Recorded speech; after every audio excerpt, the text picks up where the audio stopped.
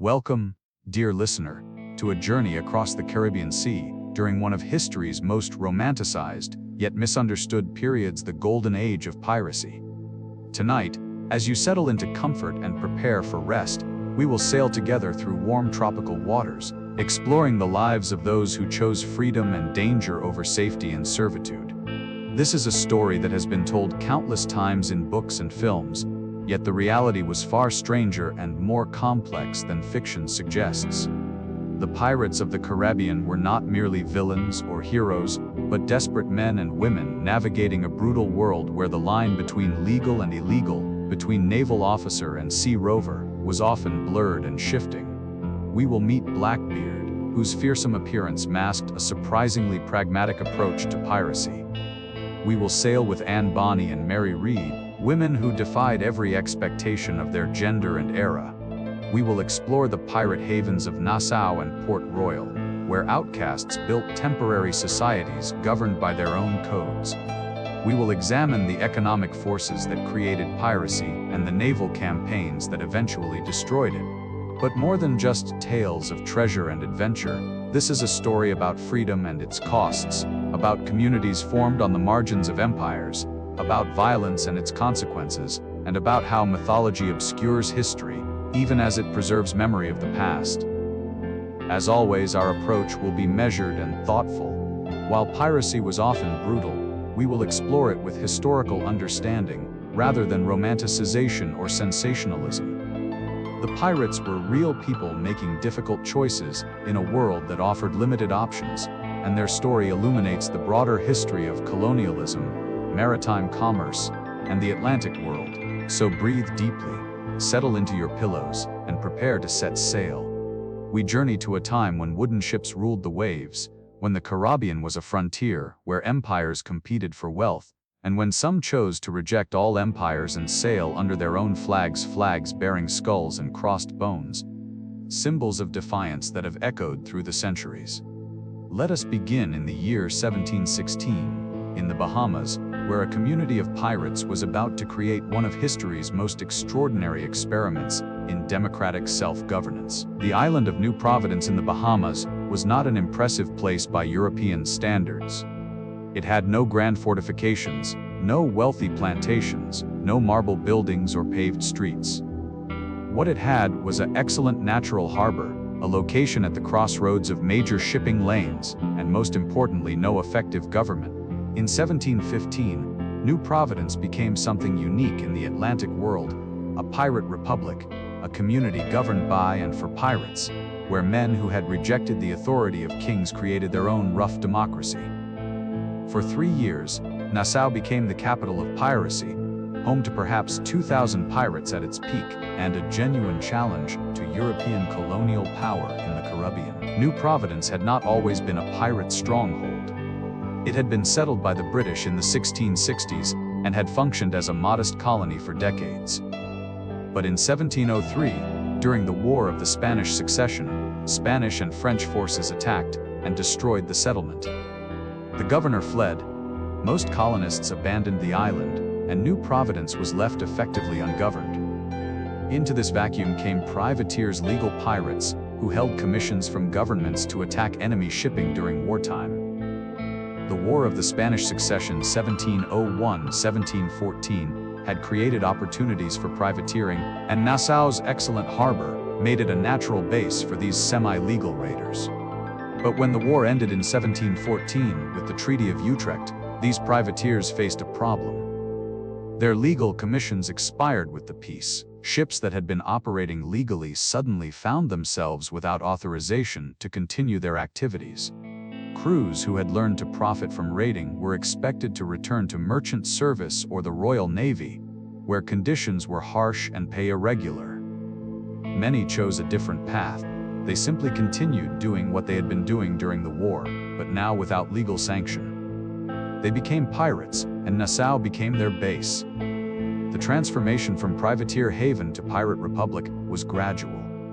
At first, there were perhaps a few hundred men using Nassau as a temporary anchorage, but word spread throughout the Caribbean, and along the American coast Nassau was safe harbor, a place where pirates were welcome, where no navy would trouble them. where captured goods could be sold and profits enjoyed. By 1716, Nassau was home to a remarkable community. Contemporary accounts describe the harbor crowded with ships, sloops, and brigantines. Captured merchantmen converted to pirate use, vessels of all sizes and origins. On shore, makeshift dwellings and tents housed a population that was diverse and democratic in ways that shocked visitors from the rigidly hierarchical societies of Europe. The pirate community at Nassau operated according to principles that were surprisingly democratic for the early 18th century.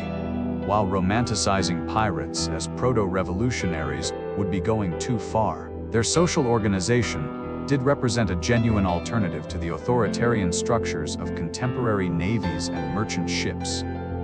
Pirate crews elected their captains.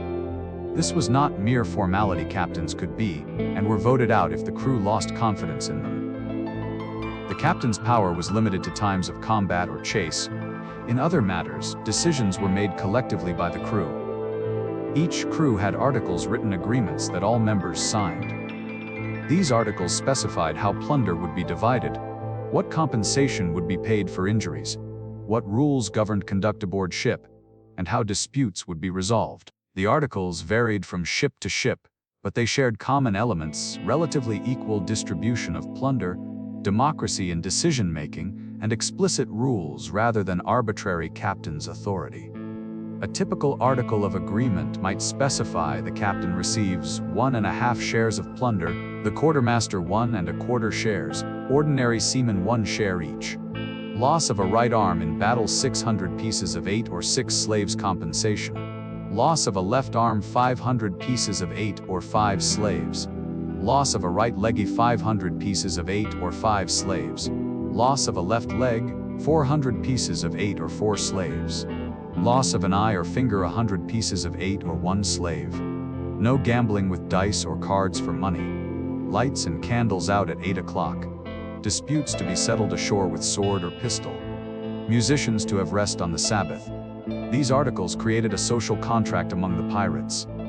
They were, in their way, constitutions for floating republics, and they stood in stark contrast to the absolute authority of captains in the Royal Navy or on merchant vessels. The quartermaster, an elected position, served as a check on the captain's power.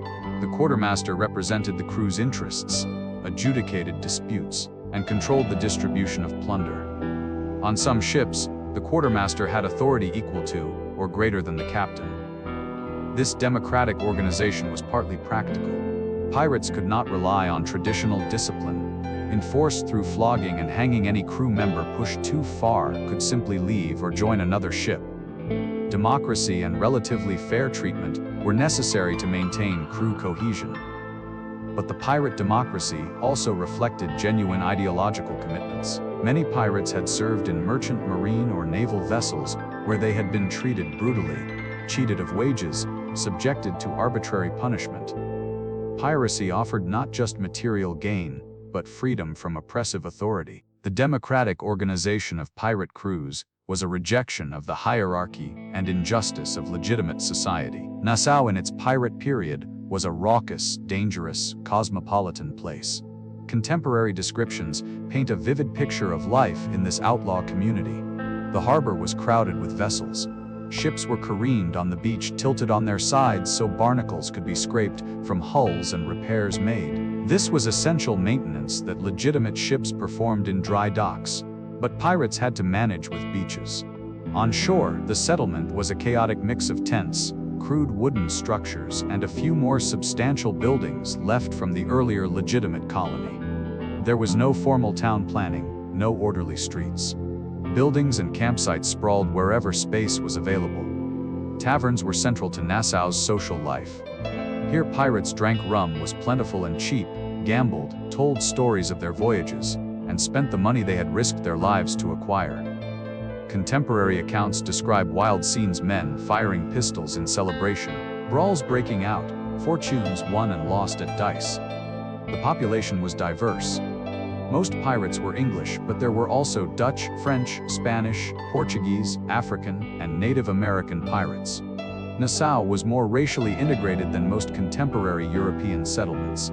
Former slaves who had escaped from plantations, or been freed by pirate raids mixed with Europeans who had deserted from naval vessels or fled from poverty in Europe. Women were present in Nassau, though in much smaller numbers than men. Some were wives or companions of pirates. Some were prostitutes serving the overwhelmingly male population.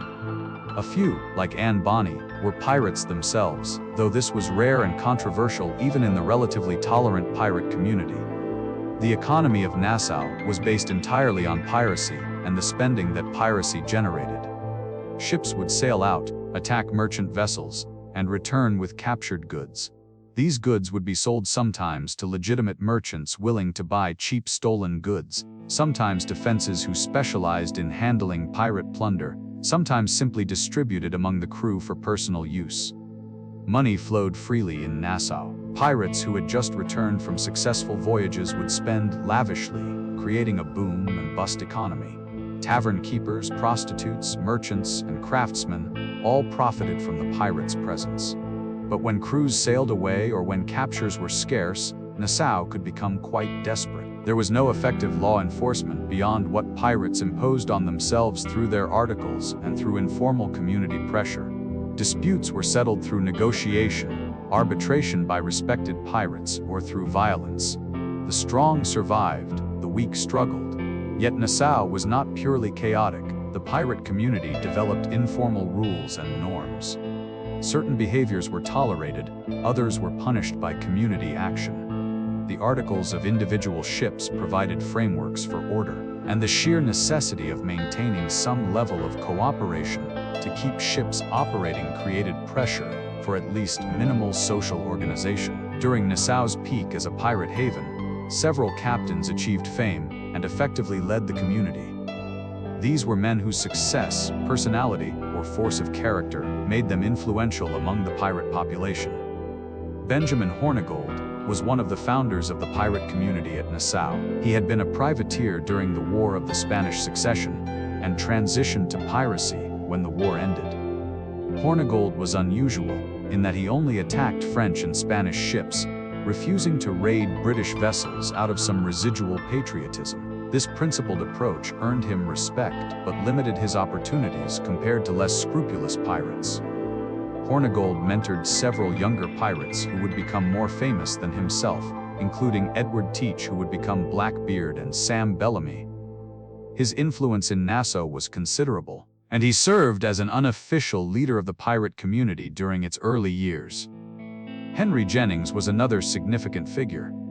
He had started as a privateer and led some of the most profitable early pirate raids, including the plundering of Spanish salvage camps, recovering treasure from wrecked treasure fleets. Jennings brought considerable wealth to Nassau and helped establish it as a pirate center.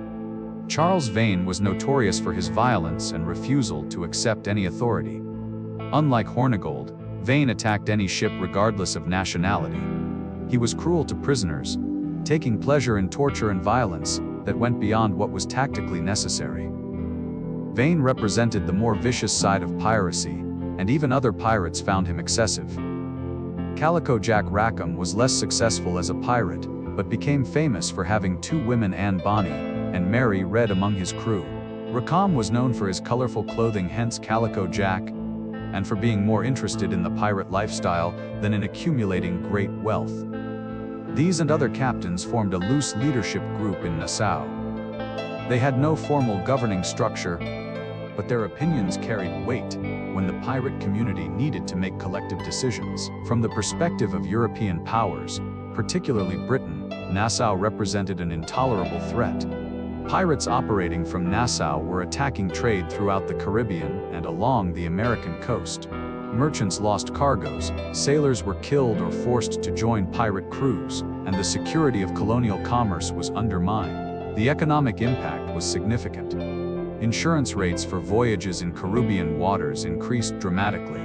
Some trade routes became too dangerous to use. Colonial governors received constant complaints from merchants about pirate depredations. But beyond the economic damage, Nassau represented an ideological challenge. Here was a community that rejected royal authority, that operated according to democratic principles alien to monarchical Europe, that offered an alternative to the rigid social hierarchies of the age. Sailors hearing about Nassau might be tempted to desert to join the pirates. Slaves might see the integrated pirate crews and dream of escape. The British government decided that Nassau had to be eliminated. But how? The pirate community was too large and too well armed to be taken by force without significant military commitment. Direct assault would be costly and uncertain. The British chose a different strategy. They would offer pardon to the pirates if they agreed to abandon piracy and accept royal authority. This strategy had worked before. Pirates offered pardon, often accepted, particularly if they had accumulated enough wealth to retire comfortably. In September 1717, King George I issued a royal proclamation offering pardon to all pirates who surrendered by a specified date.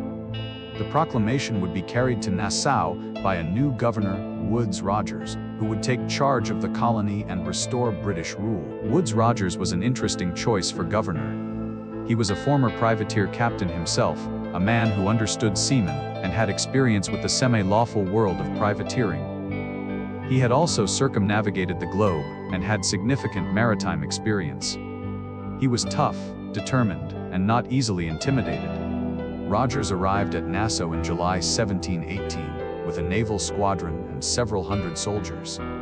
He came prepared for resistance, but he also came offering the king's pardon to any pirate who accepted it. The pirate community split over how to respond. Some, including Benjamin Hornigold and Henry Jennings, decided to accept the pardon. They had accumulated wealth, they were getting older, and the offer of legitimate retirement was attractive. Others were skeptical. They had been betrayed by governments before and didn't trust promises of pardon. Charles Vane chose to resist. In a dramatic gesture, Vane sailed his ship directly toward Rogers's squadron as it entered Nassau harbor, setting fire to his own vessel and sending it toward the British ships as a fire ship before escaping in a smaller sloop. It was a spectacular but ultimately futile gesture. Most pirates, however, simply left Nassau before Rogers arrived. They dispersed to other locations, some heading to the Carolinas, some to the West Indies, some to the African coast. The concentration of pirate power at Nassau was broken. Rogers established himself as governor, began rebuilding Nassau as a legitimate British colony, and used the reformed pirates, those who had accepted pardon, as rangers to hunt down those who continued piracy. Benjamin Hornigold, once a pirate leader, now hunted his former colleagues on behalf of the British Crown. The Pirate Republic had lasted only about 3 years, from 1715 to 1718. But in that brief period, it had demonstrated that alternative forms of social organization were possible, that common sailors could govern themselves democratically, and that royal authority was not inevitable or unchallengeable. The fall of Nassau did not end the golden age of piracy. Some of the most famous pirates, including Blackbeard, were still at large and would continue for months or years more. But Nassau's fall marked the beginning of the end. The pirates had lost their main base, their safe haven where they could refit ships and spend their plunder in relative security. To understand the pirates of the Golden Age, we must understand the maritime world. They came from the conditions aboard naval and merchant vessels that drove men to embrace the dangerous life of piracy. The decision to go on account, the pirate euphemism for turning pirate, was rarely about romanticism or adventure.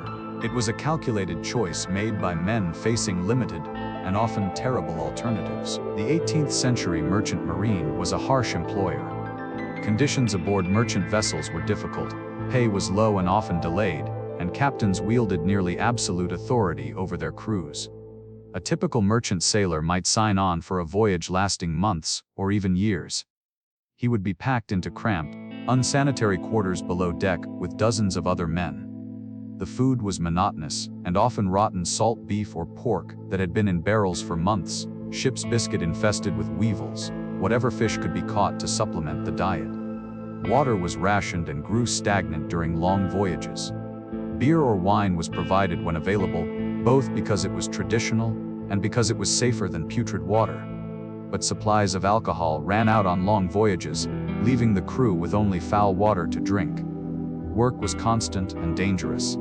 Sailors climbed rigging in all weather, handling heavy canvas sails on yards, that swayed violently in rough seas. Falls from rigging were common and often fatal. Ropes could snap under tension, killing or maiming those nearby. Storms tested both ship and crew to their limits, with men working around the clock to keep vessels afloat. Discipline was brutal. Captains could order flogging for minor infractions. The Cat O'9 tails, a whip with 9 knotted cords, would tear flesh from backs. Serious offenses could result in keel hauling, being dragged under the ship's keel, often resulting in drowning or death from the barnacles that covered the hull, or being set adrift in a small boat without provisions. Pay was poor and unreliable. A merchant sailor might earn £2.03 per month, barely enough to survive, and this pay was often delayed or withheld. Ship owners might claim the voyage had been unprofitable and reduce or eliminate wages. Sailors had little recourse. Maritime law favored owners and captains over crew. Even when paid, sailors often found themselves in debt.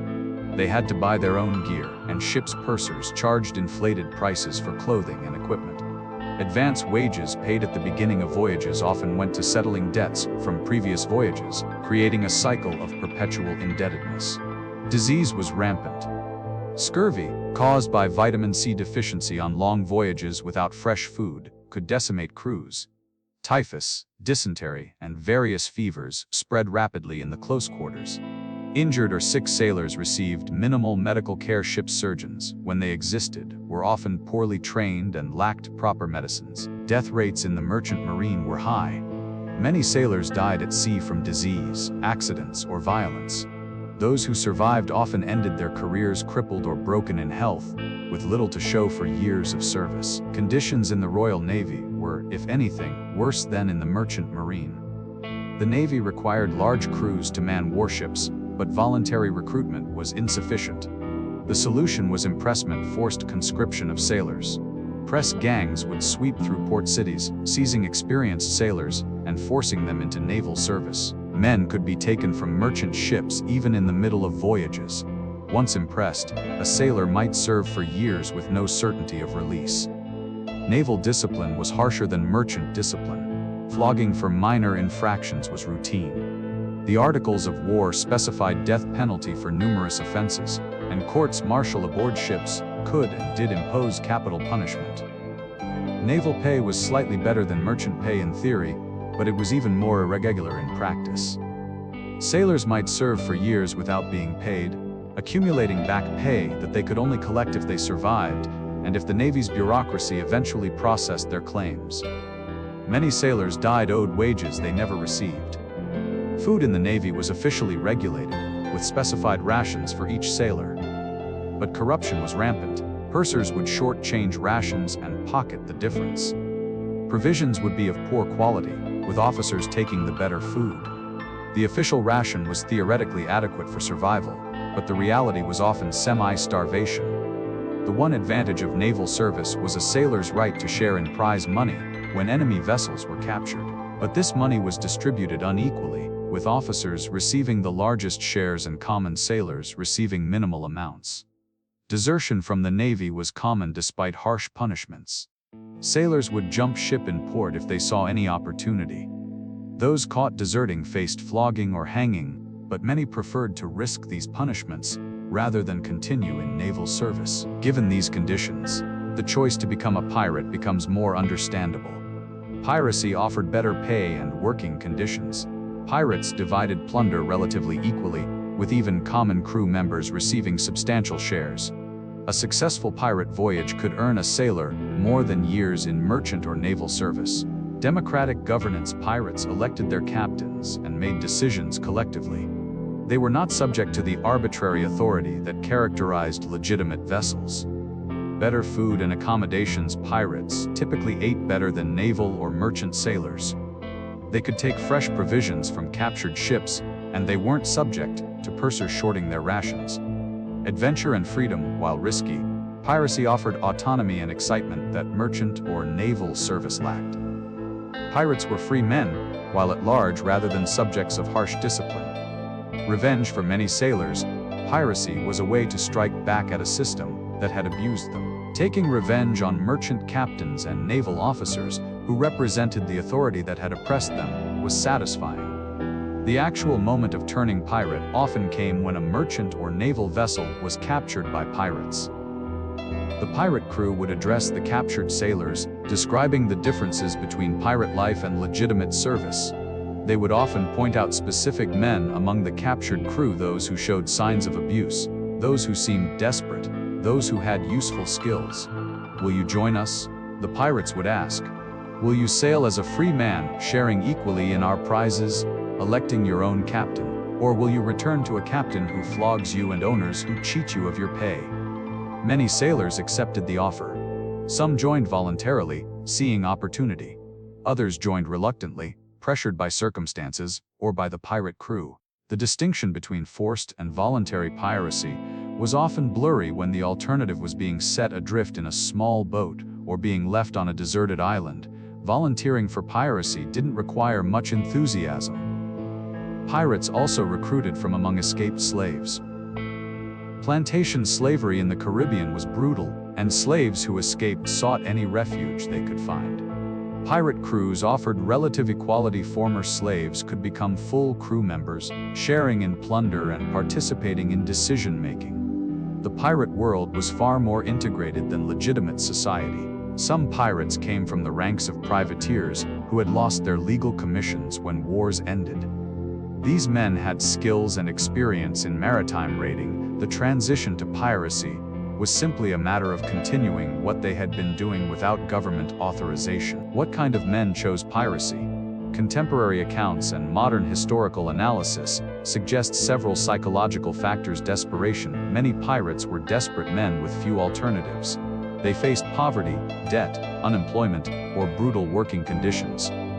Piracy was a gamble, but it offered hope of escape from intolerable circumstances.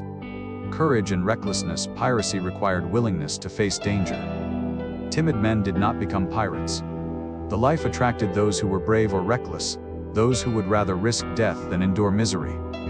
Resentment of authority. Pirates had often been abused by authority figures, naval officers, merchant captains, colonial officials.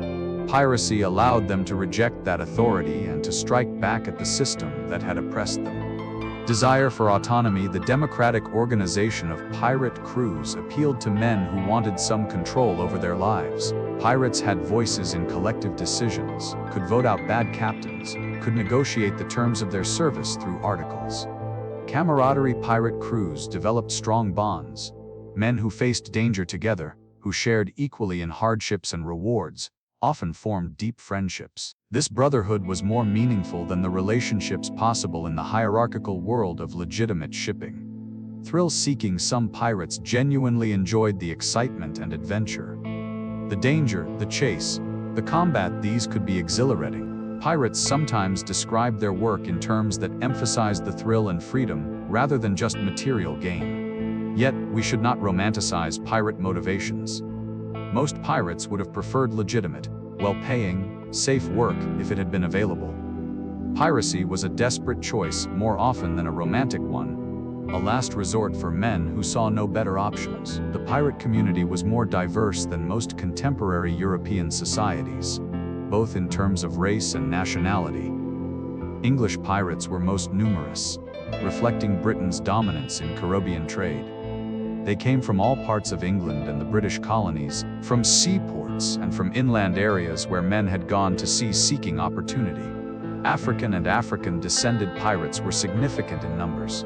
Some were escaped slaves who had found freedom among pirate crews. Others were free blacks who had signed on with pirate vessels. Contemporary accounts note that pirate crews were often racially integrated in ways that shocked observers from slave-holding societies. The status of black pirates varied. Some were fully integrated crew members, participating in decisions and sharing equally in plunder. Others occupied lower status, treated better than slaves but not quite as equals. A few black pirates rose to leadership positions. There are accounts of black quartermasters and even captains, though these were exceptional. French, Dutch, Spanish, and Portuguese sailors all joined pirate crews, creating truly multinational communities aboard ship. Language barriers were overcome through a mix of pidgin languages and the universal language of seamanship. Native Americans occasionally joined pirate crews, particularly men from coastal or island communities who had maritime experience. They were valued for their knowledge of regional waters and their skills. Women pirates were rare but not unknown. The most famous were Anne Bonny and Mary Read, but there were others. Most women aboard pirate ships were not crew members but passengers, wives, or prostitutes. But the few women who did serve as active pirates demonstrated that the boundaries of possibility were wider in the pirate world than in legitimate society. This diversity was both practical and ideological. Pirates needed skilled crew members and couldn't afford to be too selective about race or nationality, but pirate communities also had genuine ideological commitments to relative equality. The articles that governed pirate ships typically made no distinction based on race. Shares of plunder were distributed based on role and risk, not on skin color. This is not to say that pirate society was perfectly egalitarian or free of prejudice. Hierarchies existed, and racism was present even in the relatively tolerant pirate world. But compared to contemporary European societies with rigid class structures and racial slavery, pirate communities were remarkably open. Becoming an effective pirate required specific skills. Some men joined with these skills already, others learned them during their pirate careers. Seamanship was fundamental. Pirates had to handle sails, navigate, read weather, maintain ships. Most pirates had years of experience as legitimate sailors before turning to piracy, so these skills were usually present from the start. Navigation was particularly valuable. Those who could use charts, compass, and celestial observation to determine position and plot courses were prized. Not all pirates could navigate. It was a specialized skill, but every crew needed navigators. Gunnery was essential for combat. Pirates used cannon to intimidate merchant vessels and to fight naval pursuers. Skilled gunners who could hit targets from a pitching deck were valuable crew members. Carpentry kept ships functional. Carpenters repaired damage from storms and combat, maintained hulls, and constructed modifications. Ships could not operate without skilled carpenters. Surgery in the 18th century was primitive, but even basic medical skills could save lives. Ship's surgeons on pirate vessels would set broken bones, amputate damaged limbs, treat wounds, and do what little was possible to treat diseases. Languages were useful in a multinational environment. Pirates who could speak multiple languages could serve as interpreters and could interrogate captured crews more effectively. Fighting skills with cutlass, pistol, and boarding pike were necessary for the violent confrontations that were central to piracy. Pirates practiced and drilled with weapons, and experienced fighters were respected. Sailing specific vessel types required knowledge. Different ships handled differently. Experience with sloops, brigantines, or other vessel types made sailors more versatile. Pirates also developed skills specific to their trade: ship recognition, the ability to identify ships by silhouette and behavior at a distance, determining whether they were potential prizes or dangerous opponents. Chase tactics, techniques for overtaking fleeing vessels, using superior sailing knowledge and crew coordination. Intimidation. Pirates developed reputations and appearances designed to frighten opponents into surrender without fight. A ship that surrendered without resistance was preferable to one that fought safer and more profitable. Piracy was, at its core, an economic activity. Pirates sought wealth through the capture of ships and their cargoes.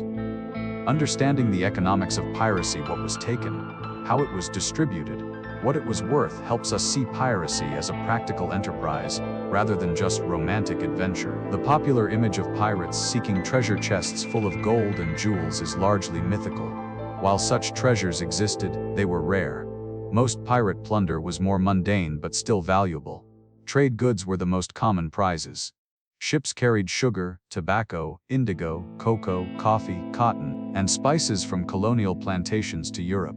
These bulk commodities could be sold for good prices if pirates could find buyers willing to handle stolen goods. Manufactured goods from Europe to the colonies were also valuable.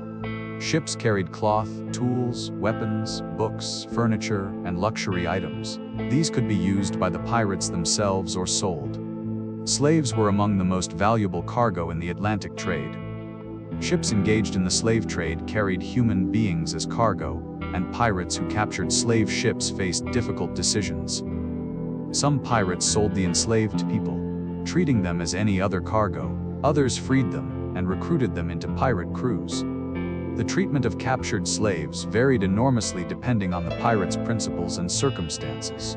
Naval stores were essential for maintaining ships. Rope, canvas, tar, pitch, and timber were all valuable to pirates who needed to keep their own vessels operational. Ships carrying these supplies were particularly useful prizes. Weapons and ammunition were always needed.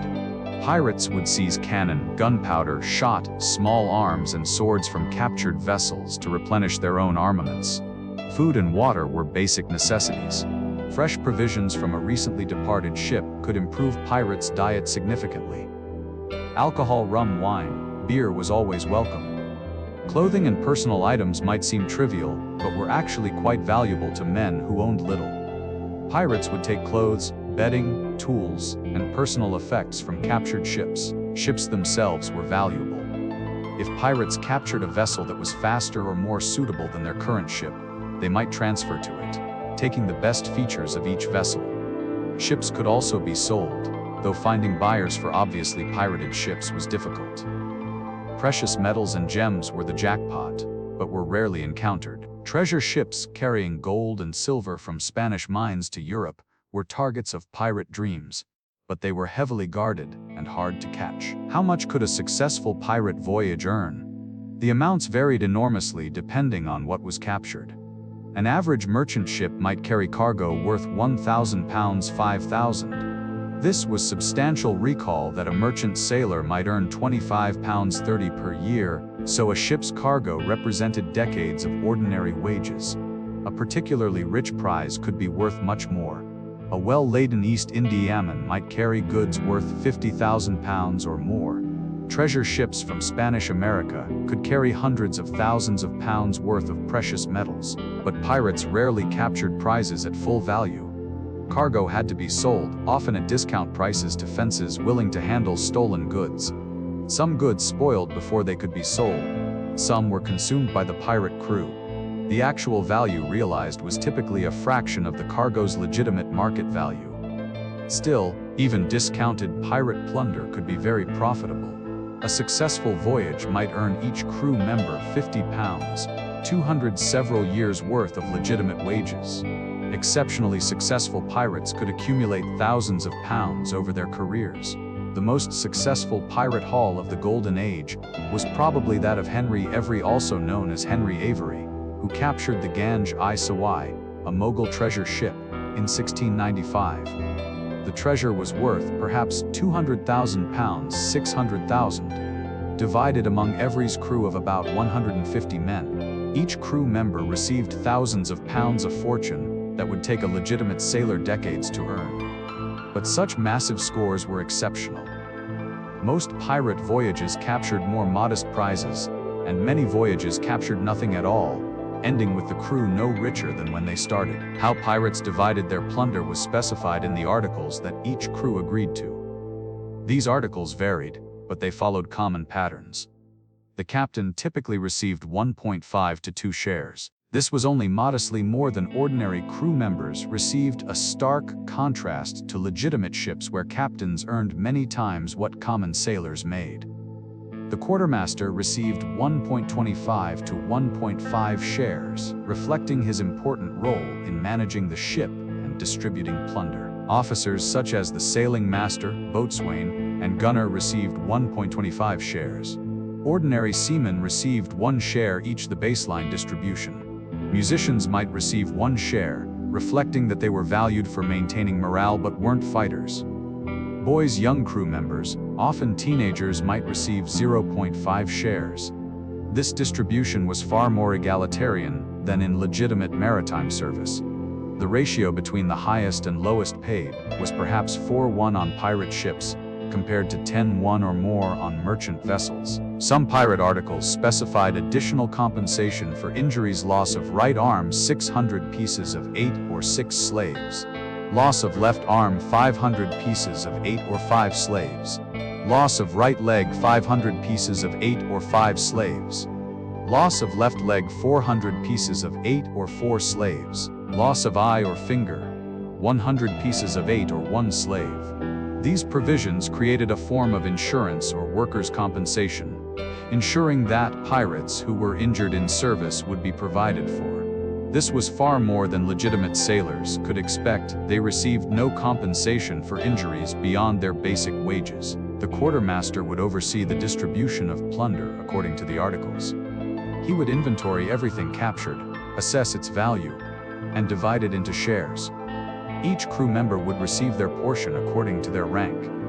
This process was public and transparent. The crew could see that distribution was fair and according to the agreed articles. This transparency was crucial for maintaining trust and preventing disputes that could tear a crew apart. Pirates who acquired wealth through successful prizes faced the question of what to do with it. Different pirates made different choices. Some spent lavishly in port. After months at sea facing danger, pirates would arrive in a haven like Nassau and indulge in every available pleasure. They would drink heavily, gamble, purchase expensive clothes, hire prostitutes, and generally spend money as fast as they had acquired it. Contemporary accounts describe pirates who earned hundreds of pounds in a successful voyage, only to spend it all within weeks or months in port, leaving themselves penniless and forced to go to sea again. This boom and bust cycle was common. Other pirates tried to save and invest their earnings. They would buy land, legitimate businesses, or goods they could sell later.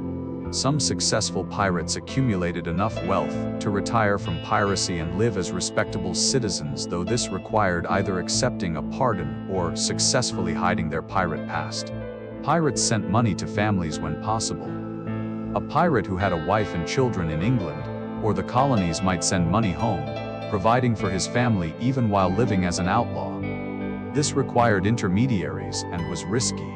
The money might be seized if authorities learned of the pirate connection. Some pirates buried or hid their treasure, planning to retrieve it later. This is the origin of buried treasure legends, and it did occasionally happen. But it was not as common as popular culture suggests. Money buried was money unavailable to spend, and pirates who were killed or captured before retrieving their hidden wealth left it lost forever. The famous pirate William Kidd allegedly buried treasure, and the search for Kidd's treasure became legendary. But the reality was that most pirates either spent their money quickly or lost it through capture or death before they could enjoy it. Pirate havens like Nassau developed economies based on supporting pirate activities. This created a complex economic ecosystem. Fences and merchants in pirate havens specialized in buying stolen goods. They would purchase captured cargo at a fraction of its legitimate value, and then sell it through various channels to legitimate markets. These middlemen were crucial for converting stolen goods into spendable money. Tavern keepers and brothel operators profited directly from pirates' spending. When pirates returned from successful voyages with money to spend, these businesses boomed. Ship's chandlers sold supplies, equipment, and provisions to pirates preparing for voyages. They often charged inflated prices, knowing pirates had few alternatives. Craftsmen, carpenters, sailmakers, rope makers, blacksmiths found work maintaining and repairing pirate vessels. Prostitutes served the overwhelmingly male pirate population. Sex work was dangerous and often degrading, but it was also one of the few ways women could earn money in this environment. This economy was unstable and parasitic. It produced nothing and depended entirely on the plunder pirates brought in. When pirate activity declined, the economy of havens collapsed. When Nassau fell to British control in 1718, the economic system that had sustained it disappeared almost overnight. The costs of piracy. While piracy could be profitable, it also had significant costs. Equipment and supplies had to be purchased. Ships needed to be maintained. Ammunition had to be acquired. Food and water had to be provisioned. These costs could be substantial. Casualties were common. Pirates were killed in combat, died from disease, drowned in storms, or were executed if captured. The death rate among pirates was high, probably 50% or more, died within a few years of turning pirate. Legal status meant pirates lived as outlaws. They could not return to legitimate society without accepting pardon, which often required giving up their gains. They could not travel freely to most ports. They lived with the constant knowledge that capture meant hanging. Division among crew could lead to conflict. Disputes over distribution of plunder, over command decisions, over personal matters could split crews. Some pirates were killed by their own crew members.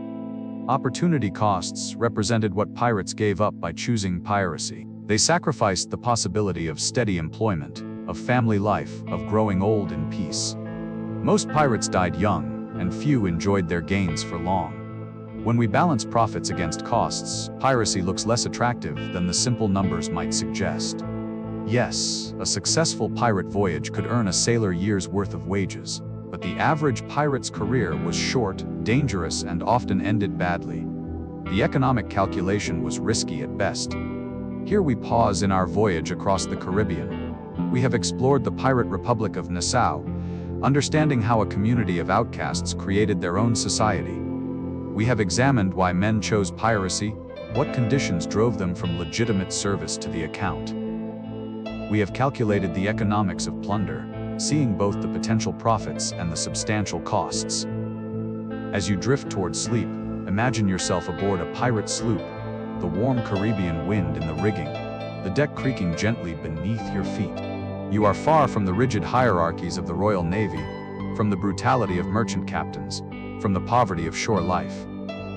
Here, among your fellow pirates, you are a free man, with a voice in decisions and a share in whatever fortune brings. But you are also hunted, always watching the horizon for naval vessels, always aware that capture means the gallows. The freedom is real, but so is the danger. The wealth is possible, but so is death. When we continue our journey, we will meet the most famous pirates of the Golden Age: Blackbeard, whose very name struck terror into hearts, Anne Bonny and Mary Red, who defied their era's expectations, Bartholomew Roberts, the most successful pirate of all. We will see their tactics, their personalities, their triumphs and their falls. But for now, rest. The Caribbean waters are calm tonight, the stars bright overhead. The ship rocks gently at anchor, and you sleep with your share of the last prize secure. Tomorrow may bring chase or combat, capture or fortune. But tonight you rest. The Golden Age of piracy produced personalities whose names have echoed through centuries, captains whose exploits, appearance, and fates captured imagination then and continue to fascinate today. These were not fictional characters, but real people whose actual lives were often stranger and more compelling than any invented tale. Let us now meet the most famous pirates of the Caribbean, understanding them not as caricatures or legends, but as complex individuals navigating a brutal world through a combination of courage, cruelty, cunning, and luck. No pirate is more famous than Blackbeard, and yet the man behind the legend remains somewhat mysterious. Even his real name is uncertain. While most historians accept Edward Teach, sometimes spelled Thatch, contemporary records are inconsistent. What we know of Blackbeard's early life is fragmentary. He was probably born in Bristol, England, around 1680, making him in his late 30s during his pirate career. He likely served on privateer vessels during the War of the Spanish Succession, gaining maritime experience and combat skills. When the war ended in 1714, he, like many privateers, found himself without legal employment and turned to piracy. Blackbeard appears in historical records in 1716, serving under the pirate captain Benjamin Hornigold, who we met earlier as one of the founders of the Nassau pirate community. Hornigold recognized Teach's abilities and eventually gave him command of a captured sloop, allowing him to operate semi-independently while remaining part of Hornigold's fleet.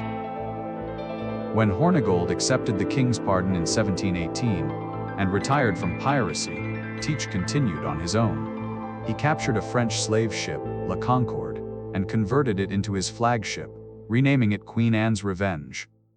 This was a substantial vessel, mounting 40 guns, making it one of the most powerful pirate ships in the Caribbean. But Blackbeard's fame rested less on his actual achievements, which, while significant, were not exceptional among Golden Age pirates, than on his appearance and the terror he deliberately cultivated. Blackbeard understood the power of psychological warfare.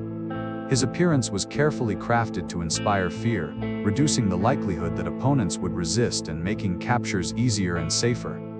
His most famous feature was his beard, black, thick, and worn long. He would braid it and tie the braids with colored ribbons. This elaborate facial hair was unusual in an age when most sailors went clean-shaven or wore short beards, and it made Blackbeard instantly recognizable.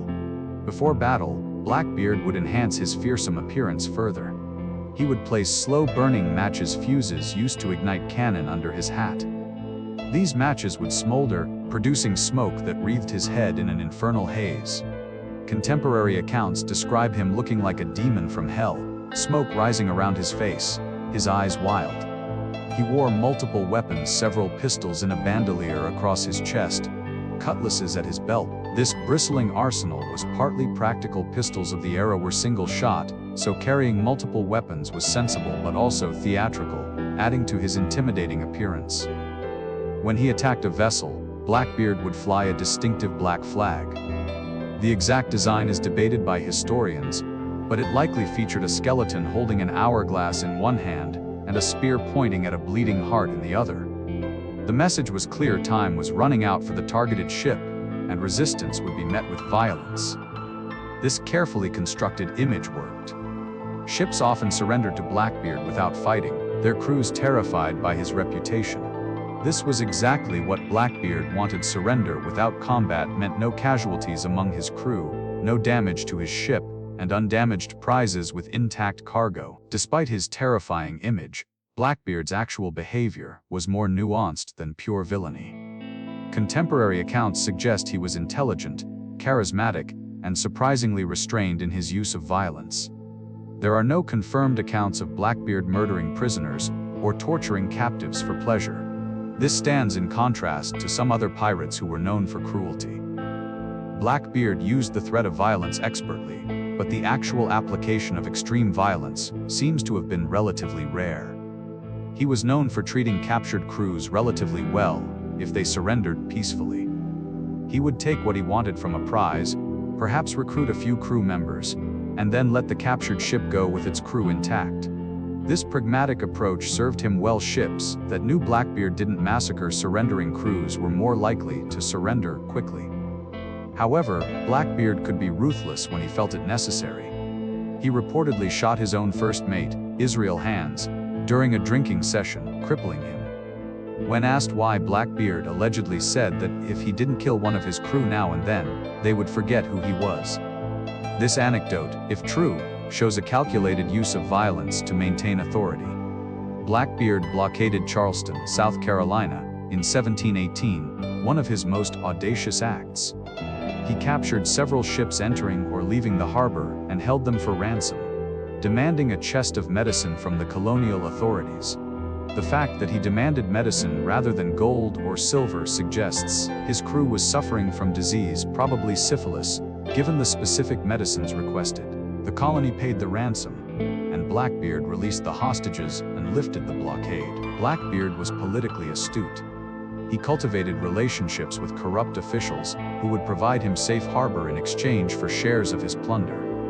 Most notably, he appears to have had an arrangement with Charles Eden, the governor of North Carolina. After the fall of Nassau in 1718, Blackbeard needed a new base. He found it in North Carolina, where Governor Eden issued him a pardon, which Blackbeard may or may not have intended to honor, and allowed him to operate from Ocracoke Inlet and Bath, North Carolina. This arrangement benefited both parties. Blackbeard had a safe harbor where he could rest and refit. Eden received gifts and payments from Blackbeard, enriching the governor while maintaining plausible deniability about Blackbeard's continuing piracy. Blackbeard even married a local girl during this period, reportedly his 14th wife.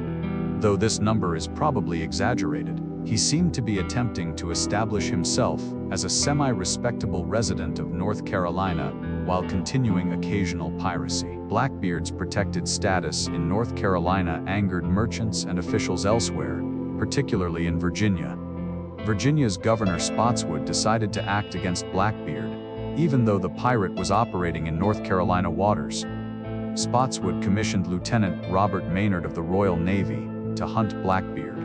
Maynard took 2 hired sloops, Pearl and Ranger, and about 60 men and sailed for Ocracoke Inlet, where Blackbeard's ship Adventure was anchored.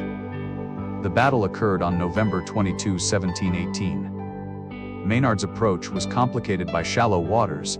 His larger naval vessels couldn't enter the inlet, so he was using shallow draft sloops. Blackbeard had only about 20 men aboard Adventure, but he had the advantage of familiar waters. The initial exchange of gunfire went badly for Maynard. Blackbeard's first broadside killed or wounded many of Maynard's men. But Maynard had ordered most of his crew to hide below decks, making Blackbeard think the naval sloop was nearly destroyed.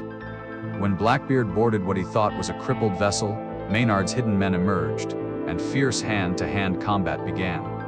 The fighting was brutal and close quarters. Blackbeard fought with pistol and cutlass, killing several opponents. Contemporary accounts describe Blackbeard as wounded multiple times during the battle, but continuing to fight. He suffered approximately 20 cutlass wounds and 5 pistol shots before finally falling. One account describes him reaching for another pistol, even as he collapsed from blood loss. Maynard had Blackbeard's head cut off and suspended from his ship's bowsprit as proof of the kill. Blackbeard's body was reportedly thrown into the inlet, where legend claims it swam around the ship 3 times before sinking, a tale that's almost certainly apocryphal, but which speaks to the legend that was already forming around the pirate. Blackbeard's severed head was preserved in brine and later displayed on a pole at the entrance to Hampton Roads, Virginia, as a warning to other pirates. The skull allegedly later served as the base for a punch bowl in a Virginia tavern before eventually being lost to history.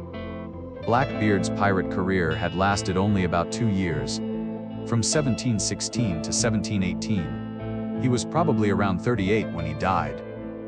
But in that brief period, he created a legend that has endured for 3 centuries. If Blackbeard was the most famous pirate, Bartholomew Roberts was arguably the most successful. In a career lasting less than 3 years, Roberts captured over 400 ships, more than any other pirate of the Golden Age. Roberts was unusual among pirates in several ways. He was Welsh, born John Roberts in 1682 in Pembrokeshire. He didn't voluntarily choose piracy initially, but was forced into it when the slave ship on which he served as third mate was captured by pirates in 1719. Roberts was already 37 years old when he became a pirate, quite old for starting such a career. Most pirates were in their 20s. But Roberts had extensive maritime experience and quickly demonstrated leadership abilities. When the pirate captain who had captured Roberts was killed in an attack on a Portuguese settlement just 6 weeks later, the crew elected Roberts as their new captain. This was extraordinary. The new captive becoming captain within weeks showed both Roberts' abilities and the democratic nature of pirate crews. Roberts initially hesitated, understanding the dangers of piracy.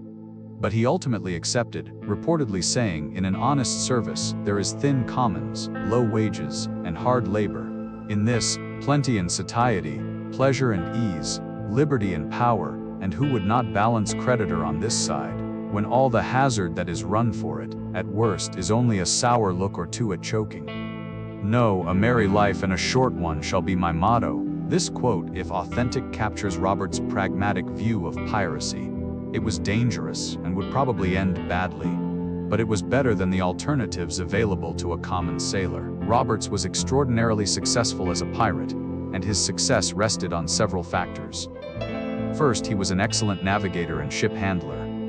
His maritime skills allowed him to outsail pursuers and to find profitable hunting grounds. He ranged widely, operating in the Caribbean, along the American coast, and off the West African coast, a much broader geographic range than most pirates. Second, he was lucky, particularly early in his career.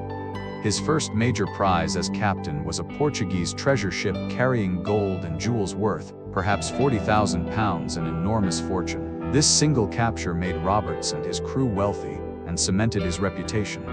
Third, he was bold and aggressive. Roberts attacked heavily defended targets that other pirates might avoid. He raided harbors, took ships from under the guns of forts, and generally operated with audacity that intimidated opponents. Fourth, he maintained tight discipline aboard his ships. Roberts was unusual among pirate captains in his personal habits. He abstained from alcohol, drank only tea, and maintained a relatively orderly ship. His crews respected his abilities enough to follow his leadership. Roberts flew distinctive flags that became famous. One showed him standing on two skulls, labeled ABH and AMH, a Barbadian's head and a Martinican's head, representing his hatred of those islands' governors who had hunted him. Another showed Roberts himself standing on a skull with an armed skeleton holding an hourglass, symbolizing that he and death were allies against time. Roberts established a detailed set of articles for his crew that survive in historical records and provide fascinating insight into pirate governance. These articles included every man has a vote in affairs of moment and equal title to fresh provisions or strong liquors seized, and may use them at pleasure unless scarcity makes it necessary to vote a retrenchment. Every man to be called fairly in turn by list on board of prizes, because they were on these occasions allowed a shift of clothes. But if they defrauded the company to the value of $1 in plate, jewels, or money, marooning was the punishment. No person to game at cards or dice for money. The lights and candles to be put out at 8 o'clock at night. If any of the crew desire to drink after that hour, they are to sit upon the open deck, to keep their piece, pistols, and cutlass clean and fit for service. No boy or woman to be allowed amongst them. If any man were found seducing any of the latter sex, and carried her to sea disguised, he was to suffer death. To desert the ship or their quarters in battle was punished with death or marooning. No striking one another aboard ship, but every man's quarrels to be ended on shore by sword and pistol in duel. No man to talk of breaking up their way of living, till each has shared 1,000 pounds. If to enforce this, any man should lose a limb or become a cripple, he was to have $800 from the common stock, and for lesser hurts proportionately. The captain and quartermaster to receive 2 shares of a prize, the master, boatswain, and gunner 1 share and a half, and other officers 1 1/4, and private men 1 share each. The musicians to have rest on the Sabbath day, but the other 6 days and nights none without special favor. These articles show Roberts' attempt to maintain order while preserving democratic principles. The prohibition on women was typical of many pirate ships, though not universal. The compensation for injuries provided a safety net for wounded pirates. The emphasis on settling disputes through formal duels rather than shipboard violence helped maintain order. Roberts' spectacular career ended in February 1722 off the coast of West Africa. HMS Swallow, under Captain Challoner Ogle, had been hunting Roberts for months. Ogle used a clever stratagem. He sailed away from Roberts' fleet, making it appear he was a merchant ship fleeing. Roberts' consort ship, Ranger, gave chase. Once Ranger was separated from Roberts' flagship, Royal Fortune, Swallow turned and engaged.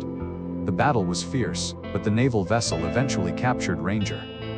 Swallow then returned for Royal Fortune. Roberts was at breakfast when the naval ship appeared. His crew was mostly drunk from an earlier celebration, unprepared for combat.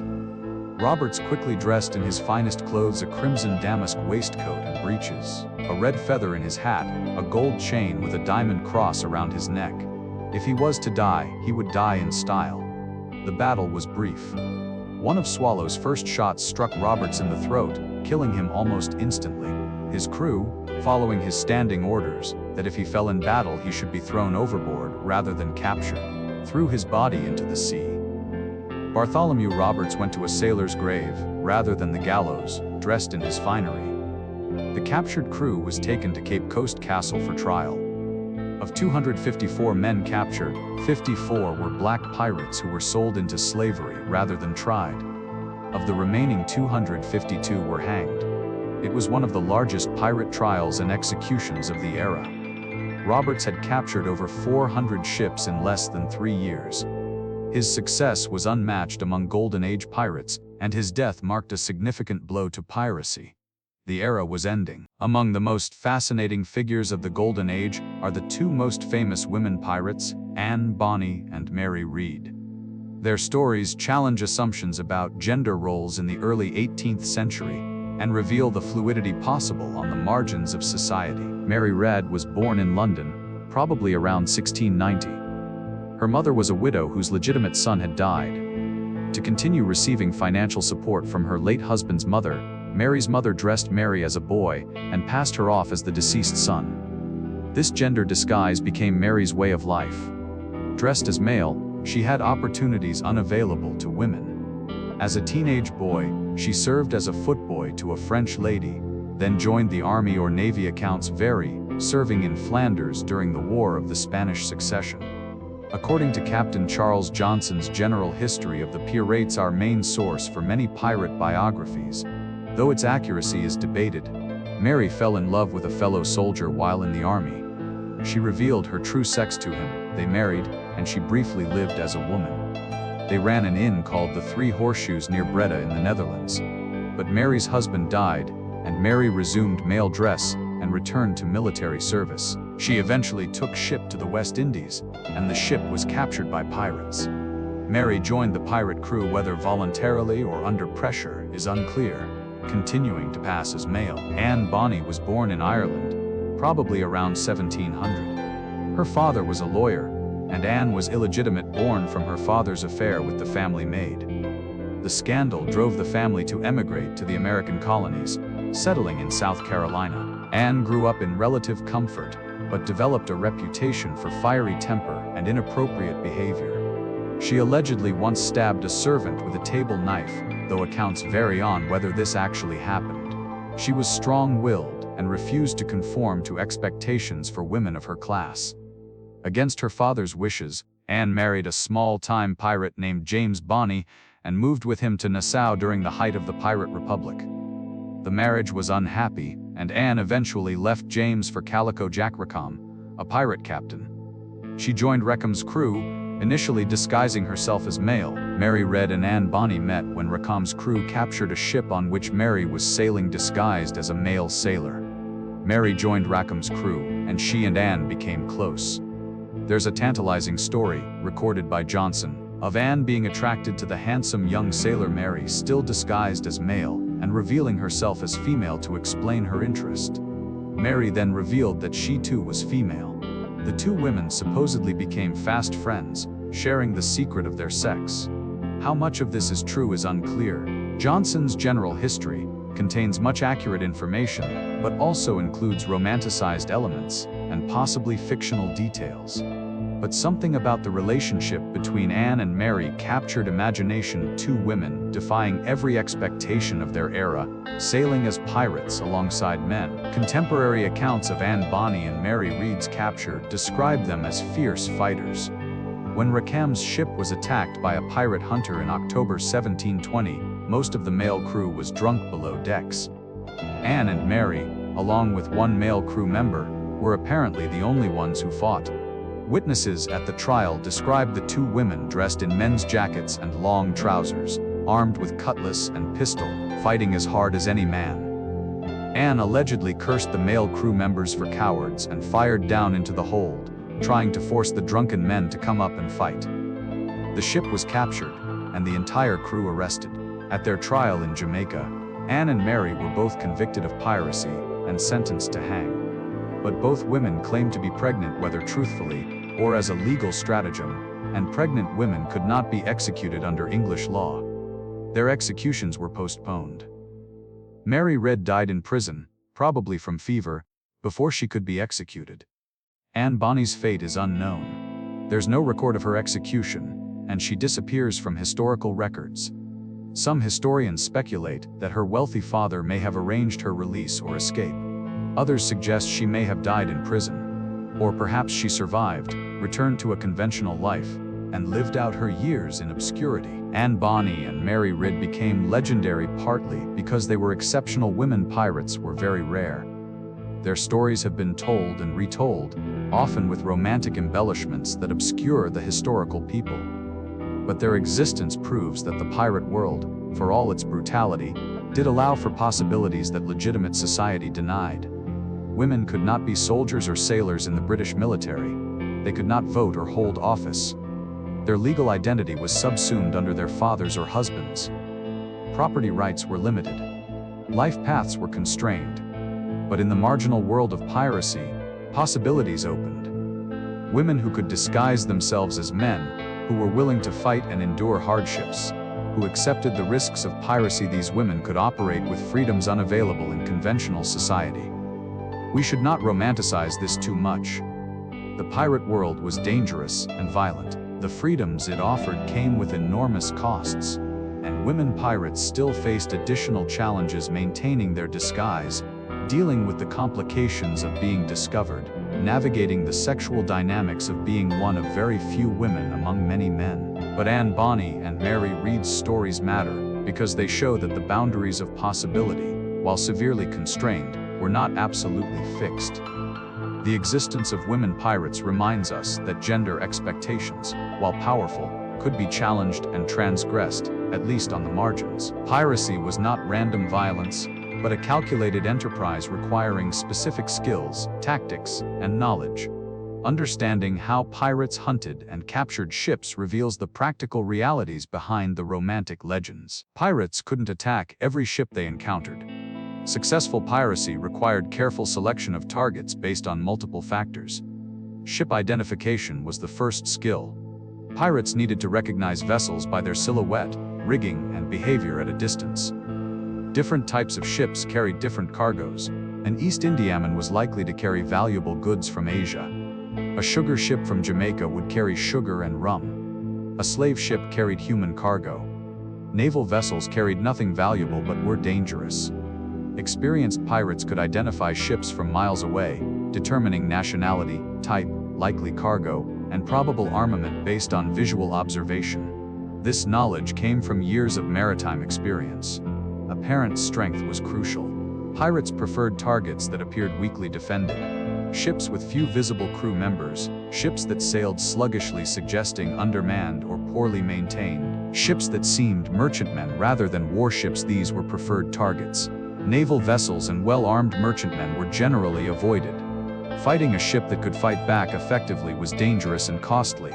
Pirates wanted easy captures, not battles that would kill crew members and damage ships. Nationality sometimes mattered. Some pirates, like Benjamin Hornigold, refused to attack ships of their own nation. Others attacked indiscriminately. During wartime, attacking enemy nations' ships could be justified as quasi-privateering. In peacetime, all captures were equally illegal. Location influenced targeting. Ships near ports were often newer from port and had full crews. Ships at the end of long voyages might have crews weakened by disease and provisions nearly exhausted. Pirates learned the shipping routes and timetables, positioning themselves to intercept vulnerable vessels. Once a target was selected, pirates had to overtake it. This required skilled seamanship and often took hours or even days. Speed advantage was essential. Pirate ships were typically smaller and faster than heavily laden merchantmen. Pirates would careen their ships regularly, scraping barnacles from hulls to maximize speed. They carried minimal cargo, making their ships lighter and faster than merchants weighed down with goods. Successful pirate ships were chosen for speed. Sloops and brigantines were preferred small, fast, maneuverable vessels that could overtake and outmaneuver larger ships. Reading the wind was crucial. Skilled sailors could use wind shifts and local conditions to gain advantage. Pirates familiar with local waters knew where winds were favorable, where currents helped or hindered, where shoals and reefs might trap fleeing vessels. Crew coordination made the difference in close chases. All hands would be called to adjust sails for maximum speed. The most experienced sailors would be aloft, trimming sails to catch every advantage. The helmsman had to be skilled, keeping the ship on optimal course. Showing colors was part of the chase psychology. Pirates might fly false flags, British, French, Spanish, to confuse targets about their identity. As they closed, they would strike the false colors and raise their pirate flag, often accompanied by a warning shot. The psychological impact was calculated to inspire terror and prompt surrender. As pirates closed with a target, they had several options for forcing engagement and surrender. Warning shots were fired across the bow of the fleeing ship. This demonstrated the pirate ship's armament and warned that resistance would be met with violence. Many merchant ships, realizing they couldn't escape and facing armed opponents, would surrender at this point. Targeting rigging was an effective tactic if the chase continued. Pirates would aim at the target ship's masts, yards, and rigging. Damaging the rigging would slow the vessel and make it unable to maneuver, forcing it to stop. This required skilled gunnery. Hitting relatively small targets like masts from a pitching deck was difficult. But pirate crews practiced and had experienced gunners. A well-placed shot that brought down a mast could end a chase immediately. Intimidation displays enhanced the psychological pressure. Pirates would line the rails of their ship, brandishing weapons, shouting, firing pistols in the air. The appearance of overwhelming force, combined with pirates' fearsome reputations, often convinced merchant crews that resistance was futile. The pirate flag itself was a psychological weapon. Seeing the skull and crossbones or other pirate emblems told the target ship's crew that they faced pirates who would show no mercy to those who resisted, but might be lenient to those who surrendered quickly. If a ship refused to surrender, pirates would board it by force. This was the most dangerous phase of piracy: close combat with uncertain outcome. Bringing ships alongside was the first challenge. The pirate vessel had to match speed with the target, come close enough to throw grappling hooks, and hold position while boarding. This required excellent ship handling from both helmsman and crew. Grappling and securing linked the ships. Pirates threw hooks attached to ropes, catching the target ship's rails, rigging, or masts. The ropes were then pulled tight, drawing the ships together. Once secured, the ships would grind against each other, held by the grapples and by the momentum of their movement. The boarding itself was violent and chaotic. Pirates would swarm across, climbing ropes, jumping from rail to rail, scrambling however they could from their ship to the target. They would be armed with cutlasses, pistols, axes, and boarding pikes. Close combat aboard the target ship was brutal. Cutlass against cutlass, pistol shots at point-blank range, fists and boots, and improvised weapons. The confined spaces of a ship's deck made combat claustrophobic and intense. Pirates had advantages in boarding actions. They typically outnumbered merchant crews. They were more experienced in combat. They had the desperation of men who knew capture meant hanging. Merchant sailors were often poorly paid, poorly fed, and had no particular loyalty to the cargo they were defending. Many boarding actions ended quickly. The merchant crew, seeing the ship overrun by pirates, would surrender to avoid being killed. Resistance that continued after the situation was obviously hopeless would anger pirates and could lead to massacre. Once a ship surrendered, the actual business of piracy began. Securing the crew was the first priority. The captured sailors would be disarmed and assembled, usually on deck where they could be watched. Pirates would guard them while the ship was searched and plundered. Interrogating the captain provided information. Where was the ship from? Where was it going? What cargo did it carry? Were there any hidden valuables? Pirates would question the captain, sometimes under threat of violence, to learn everything useful about the prize. Searching the ship was systematic. Pirates would go through the cargo hold, officers' cabins, crew quarters, and every other space, looking for anything valuable. They would consult the ship's manifest if there was one, but also search for hidden goods or treasure. Selecting plunder involved taking what was valuable and portable. Heavy bulk cargo might be left. Easily sold goods would be taken. Ship stores, navigation instruments, weapons, money, and personal valuables would all be seized. Recruiting new crew members was an important secondary goal. Pirates always needed to replenish their crew's casualties. Desertion and disease constantly depleted numbers. They would identify skilled sailors among the captured crew, carpenters, navigators, gunners, and pressure, or persuade them to join. Some merchant sailors joined willingly, seeing better conditions and pay among pirates. Others joined under duress, threatened with being marooned or killed if they refused. The distinction between forced and voluntary service was often blurry, as we've discussed. Disposing of the prize had several options. Pirates might take the ship itself, if it was superior to their current vessel. Sink the prize to eliminate evidence. Release it after removing cargo, allowing the crew to sail away. Burn it as a statement or to inspire future terror. Sell it, if they had access to ports where such transactions were possible.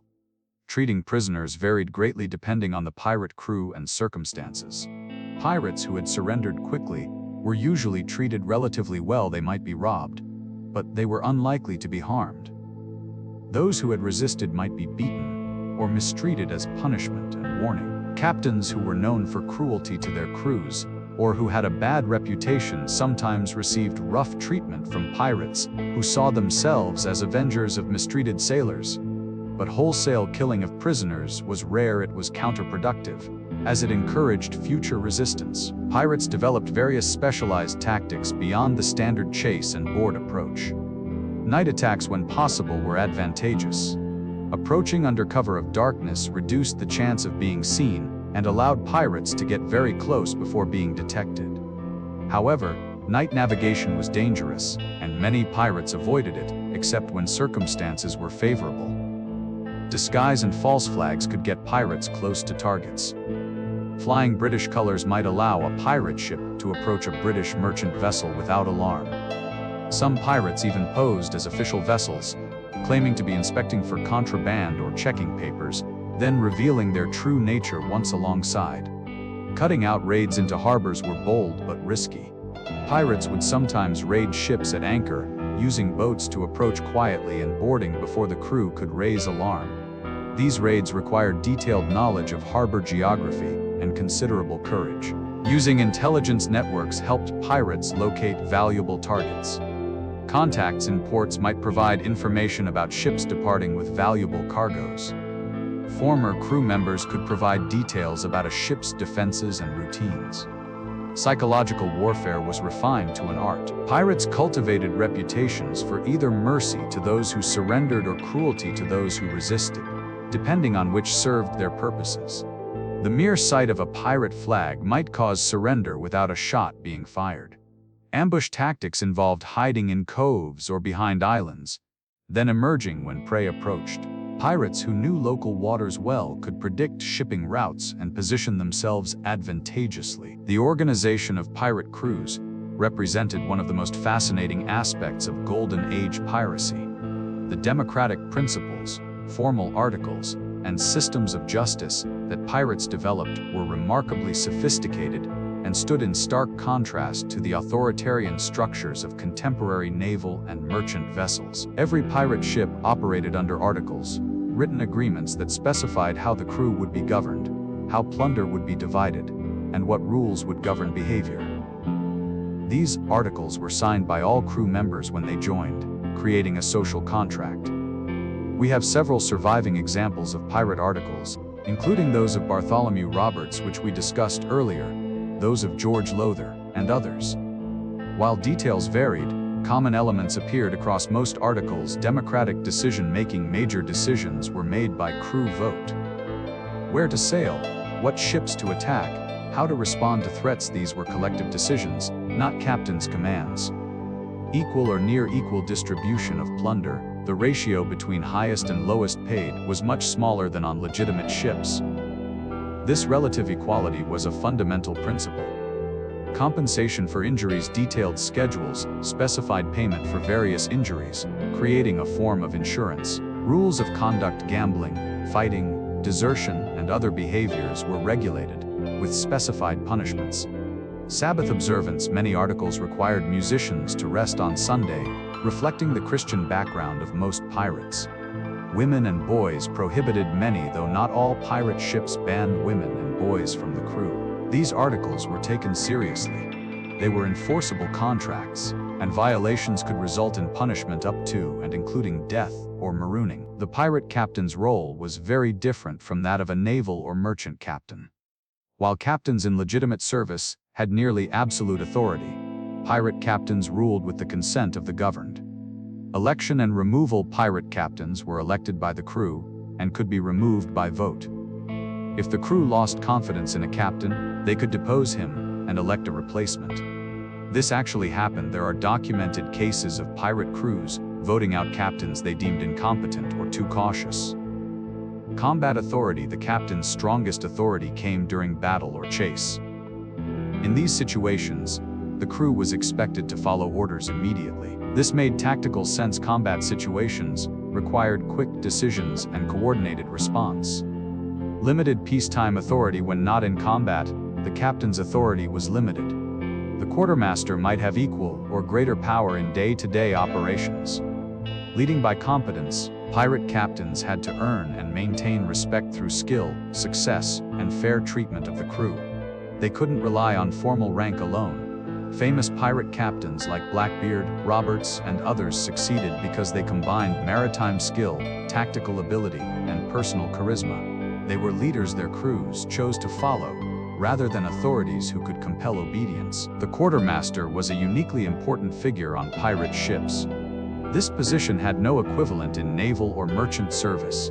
Election and role: the quartermaster was elected by the crew to represent their interests and to serve as a check on the captain's power. Distribution of plunder: the quartermaster supervised the division of captured goods, ensuring it was done fairly according to the articles. Dispute resolution: the quartermaster adjudicated disputes among crew members, serving as a judge in minor matters. Discipline: the quartermaster administered punishment for violations of the articles. Leading boarding parties: the quartermaster often led boarding parties during attacks, while the captain commanded the ship. In some respects, the quartermaster was more important than the captain. He controlled the money and had the crew's trust on matters of fairness and justice. A competent quartermaster was essential to a successful pirate crew. Pirates had their own systems of justice for dealing with violations of articles or criminal behavior among the crew. Trial by jury: for serious offenses, a crew member might be tried by a jury of his peers, other crew members, who would hear evidence and render a verdict. This was remarkably similar to English common law jury trials. Punishments varied by offense. Minor infractions might result in loss of share of plunder or assignment to unpleasant duties. Serious theft from the common stock, cheating the crew of their shares, was punished severely, often by marooning. Desertion in combat was typically punishable by death or marooning. Murder of a crew member could result in death, either execution or being bound to the corpse of the victim and thrown overboard together. Marooning was one of the most feared punishments. The offender would be put ashore on a deserted island or remote beach with minimal supplies, perhaps a pistol with one shot, a small amount of water, and nothing else.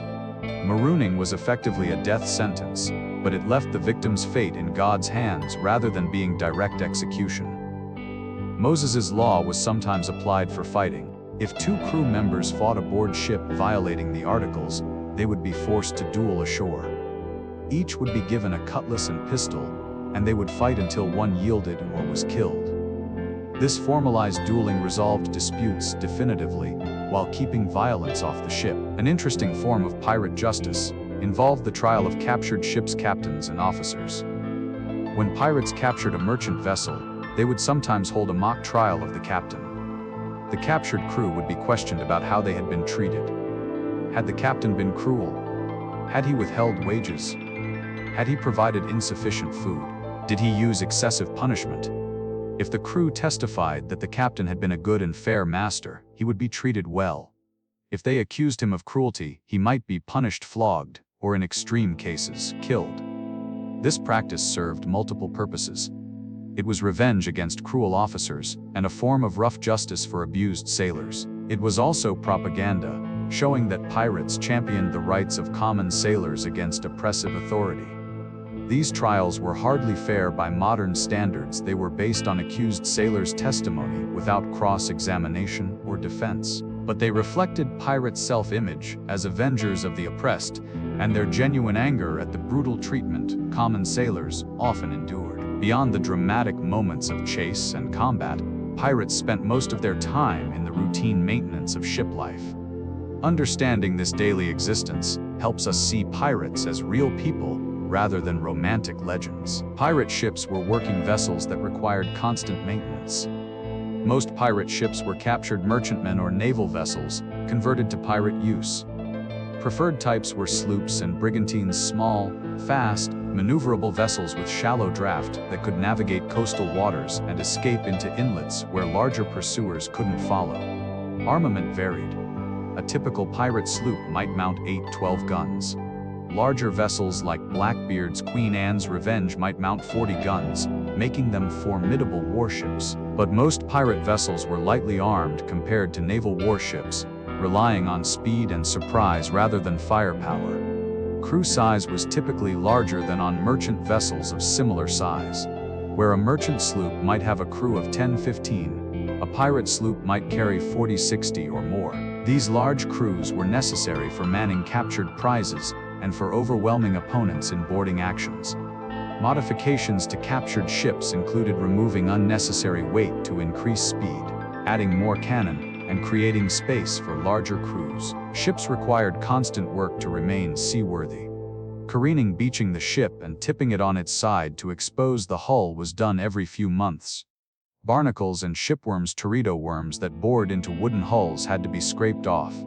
The hull would be caulked, sealed with oakum, old rope fibers, and tar to prevent leaks. This was hard, unpleasant work, but absolutely necessary.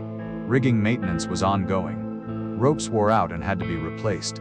Sails tore and needed repair. Yards and masts suffered stress and damage. Crew members spent hours each day maintaining the complex web of ropes and canvas that powered the ship. Carpentry was constant. Wood rotted, planks split, joints loosened.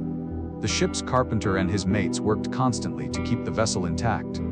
Pumping was a daily chore on wooden ships, which always leaked to some degree. Crew members took turns at the pumps, removing water from the bilge. This unglamorous maintenance work occupied most of a pirate's time at sea. It was tedious and exhausting, but it was what kept the ship sailing. Pirates ate better than most sailors of the era, but their diet was still monotonous and often unpleasant. Salt meat, beef or pork, was the staple protein. It came in barrels, preserved in brine, and could last for months. But it was tough, overly salty, and increasingly unpalatable as it aged. Ship's biscuit hardtack was the bread substitute. These were hard, dry biscuits that could last for years. They were often infested with weevils. Sailors learned to tap the biscuit to shake out the insects before eating. Dried peas and beans provided some vegetable nutrition, but were tedious to prepare and became less palatable over long voyages. Fresh food was obtained when possible. Pirates would fish, catch sea turtles, which could be kept alive aboard ship for fresh meat, and take fresh provisions from captured ships. When stopping at islands, they would hunt for wild pigs or birds.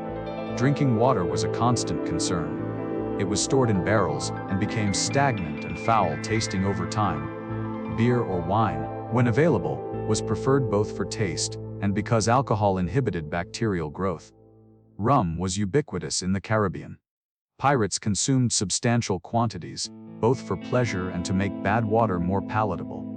Drunkenness was common and sometimes problematic, but alcohol was so central to maritime culture that it was never seriously prohibited. Scurvy was a constant threat on long voyages. This disease, caused by vitamin C deficiency, would make gums swell and bleed, cause teeth to fall out, reopen old wounds, and eventually kill. Pirates who stayed near land and could obtain fresh fruit and vegetables were less affected than those on long ocean crossings. Pirates had better sleeping conditions than most sailors, but they were still cramped and uncomfortable. Hammocks were the standard sleeping arrangement. These canvas slings were suspended from deck beams, allowing sailors to sleep above the often wet deck and to move with the ship's motion without rolling out of bed. Spacing was tight. Hammocks were slung close together, with perhaps 14–16 inches between them. Privacy was non-existent. Watch system meant not everyone slept at the same time. The crew was divided into watches, with some on duty while others slept. This allowed for more hammock space, since not everyone was sleeping simultaneously. Officers' accommodations were better. The captain had a cabin often at the stern, as did some senior officers. But even these cabins were small by shore standards. The lack of privacy, constant noise, rolling motion of the ship, and various smells, unwashed bodies, bilge water, cooking, tar made sleep difficult even when off watch. Personal hygiene aboard 18th century ships was minimal by modern standards. Bathing was rare. Fresh water was too precious to waste on washing. Some sailors might bathe in seawater when weather was warm, but many went weeks or months without bathing. Laundry was infrequent. Pirates might own only 1 or 2 sets of clothes, which were worn constantly and rarely washed. Head toilet facilities were primitive.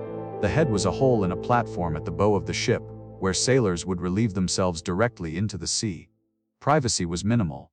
Vermin were constant companions. Lice infested hair and clothes. Rats lived in the hold, eating stores and sometimes biting sleeping sailors.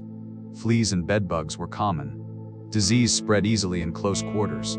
Typhus carried by lice, dysentery, and various fevers could sweep through a crew. Venereal diseases were common among men who frequented port prostitutes. Medical care was primitive. Ship's surgeons, when present, had limited knowledge and fewer medicines. Amputations were performed without anesthesia except for rum. Infections often proved fatal. Many pirates carried scars from injuries that had healed badly or incompletely. Here we pause again in our voyage through pirate history. We have met the legendary captains Blackbeard with his smoking beard, Bartholomew Roberts in his finery, Anne Bonny and Mary Ridd defying their era's expectations. We have watched pirates chase and capture their prey, seen their tactics and techniques. We have examined their surprisingly democratic governance and their rough systems of justice. And we have glimpsed the daily reality, the constant ship maintenance, the monotonous food, the cramped sleeping quarters, the poor hygiene and constant risk of disease. Behind the romantic legend was a life that was hard, dangerous, and often brief. As you drift towards sleep, imagine yourself on night watch aboard a pirate sloop, the Caribbean stars brilliant overhead, the warm wind steady, the deck creaking gently beneath your feet. You are free of naval discipline, of merchant captain's cruelty. But you are also hunted, always aware that a sail on the horizon might be a naval vessel sent to capture and hang you. When we continue, we will see the end of the golden age, the naval campaigns that hunted down the pirates, the trials and executions, the end of the pirate republic. But for tonight, rest in the gentle rocking of the ship, safe in this moment between past chase and future danger. The golden age of piracy could not last forever. The very success of pirates in disrupting trade and challenging imperial authority ensured that European powers would eventually marshal resources to destroy them. The campaigns against piracy were systematic, ruthless, and ultimately effective, transforming the Caribbean from a frontier where pirates could operate with relative impunity into waters patrolled by naval vessels, hunting them to extinction. The decision to seriously combat piracy was driven by economics more than morality. Colonial trade was the lifeblood of European empires, and piracy threatened this vital commerce. British merchants trading with Caribbean colonies and North America suffered losses estimated at hundreds of thousands of pounds annually during the peak of piracy. Ships were captured, cargoes stolen, insurance rates skyrocketed, and some trade routes became too dangerous to use profitably. The Royal African Company, which held the British monopoly on the slave trade, was particularly impacted. Slave ships were valuable prizes for pirates, and the company's losses were substantial. The company's complaints to Parliament and the Crown added pressure for action against piracy. Colonial governors received constant petitions from merchants demanding protection. The governor's own revenues depended on trade, so piracy directly impacted their income. Some governors, like Woodes Rogers in the Bahamas, made anti-piracy efforts central to their administration. Naval officers saw opportunity in pirate hunting. Successful campaigns could bring promotion and prize money. Yes, even naval vessels received payment for captured pirate ships, creating a financial incentive for officers. The decision to commit serious naval resources to anti-piracy operations represented a shift in imperial priorities. During the War of the Spanish Succession 1701-1714, naval vessels had been occupied with fighting enemy fleets. When peace came in 1714, ships and crews became available for other duties, including hunting pirates. Pursuing pirates was difficult for several reasons that gave pirates significant advantages. Geography favored pirates. The Caribbean has thousands of islands, cays, and inlets. Pirates could hide in shallow waters where large naval vessels couldn't follow. They knew local waters intimately, while naval captains were often unfamiliar with Caribbean geography. Speed advantage belonged to pirates in most cases. Pirate vessels were chosen for speed and were kept in optimal condition through regular careening. Naval vessels were often slower, particularly when carrying full crews and supplies for extended patrols. Intelligence networks helped pirates avoid hunters.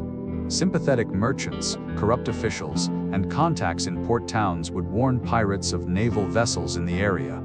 Pirates could disappear before hunters arrived. Legal complications arose when pirates operated in waters claimed by different nations or took refuge in colonies with sympathetic or corrupt governors.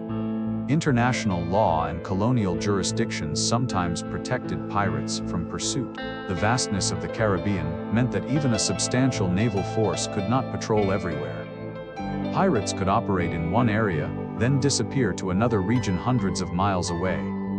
Desertion was tempting. Naval crews, treated poorly and paid irregularly, sometimes deserted to join the pirates they were supposed to be hunting. This embarrassing problem plagued anti-piracy campaigns. Despite these challenges, naval forces had significant advantages once they committed to systematic pirate hunting. Superior firepower in naval vessels meant that when pirates were caught, they were usually outgunned. Naval warships mounted more and heavier cannon than pirate vessels. Discipline and training in the Royal Navy created crews that could fight effectively even against desperate pirates. Naval crews drilled regularly and had experienced officers. Unlimited resources from the British Treasury meant naval vessels could be maintained, supplied, and crewed properly, while pirates had to constantly scavenge and raid for supplies. Legal authority allowed naval officers to execute pirates summarily in some cases, or to transport them for trial. Pirates captured by naval vessels faced hanging, not prisoner exchange or ransom. One of the most important anti-piracy campaigns was the expedition to reclaim Nassau, which we touched on earlier. Woodes Rogers's appointment as governor of the Bahamas in 1718 marked the beginning of the end for the pirate republic. Rogers came with clear instructions: offer pardon to pirates who surrendered, but hunt down and destroy those who refused. He brought naval vessels, soldiers, and the determination to succeed. The king's pardon that Rogers offered was genuine. Pirates who accepted it by the deadline were forgiven for past acts of piracy and could return to legitimate life. This split the pirate community. Some, like Benjamin Hornigold, accepted and retired from piracy. Others, like Charles Vane, refused and fled. Using reformed pirates as pirate hunters was Rogers's clever strategy. Hornigold and other former pirates who had accepted pardon were commissioned as pirate hunters. They knew pirate tactics, knew where pirates might hide, and could think like their quarry. Hornigold successfully hunted down several former colleagues. Rebuilding Nassau as a legitimate British colony required fortifying the harbor, establishing regular government, and demonstrating that royal authority was permanent. Rogers built Fort Nassau, installed cannon, and created a militia from reformed pirates and new settlers. The cost was high. Rogers spent his own money when government funds ran short, eventually bankrupting himself in service to the crown. But his efforts succeeded. Nassau ceased to be a pirate haven and became a British colonial outpost. The campaign against Blackbeard exemplifies the personal nature of some pirate hunting efforts. Virginia Governor Alexander Spotswood made destroying Blackbeard a priority, partly from genuine concern for commerce and partly from personal and political motives. Political complications arose because Blackbeard operated primarily in North Carolina waters, which were technically outside Virginia's jurisdiction. North Carolina's Governor Eden seemed to be protecting Blackbeard, possibly through corruption. Spotswood's decision to send Lieutenant Maynard into North Carolina waters was legally questionable but politically calculated. The expedition was privately funded in part. Spotswood convinced merchants to contribute to the cost of fitting out the 2 sloops that Maynard commanded, promising them shares of any reward for Blackbeard's capture. Intelligence gathering located Blackbeard at Ocracoke Inlet. Spotswood's agents determined when Blackbeard would be there, how many men he had, and what ship he was using. Maynard's tactics in the final battle showed good planning, using shallow draft sloops that could navigate the inlet, hiding most of his men below decks to deceive Blackbeard about his strength, and timing the attack for optimal conditions. All of this demonstrated professional naval planning. The aftermath served multiple purposes. Blackbeard's severed head displayed on a pole warned other pirates of their fate. The trial of Blackbeard's captured crew in Virginia, despite the legal irregularity of Virginia trying men captured in North Carolina, established legal precedents. The reward money shared among Maynard and his crew incentivized future pirate hunting. Spotswood was later criticized for overstepping his authority, but he had accomplished his goal. Blackbeard was dead, his crew scattered or hanged, and one of the most famous pirates eliminated. Captain Challoner Ogle's pursuit of Bartholomew Roberts showed how sustained naval campaigns could eventually succeed against even the most successful pirates. Ogle commanded HMS Swallow, a 50-gun warship far more powerful than any pirate vessel. But finding Roberts in the vast Atlantic was the challenge. Roberts ranged from the Caribbean to the African coast, capturing ships across thousands of miles of ocean.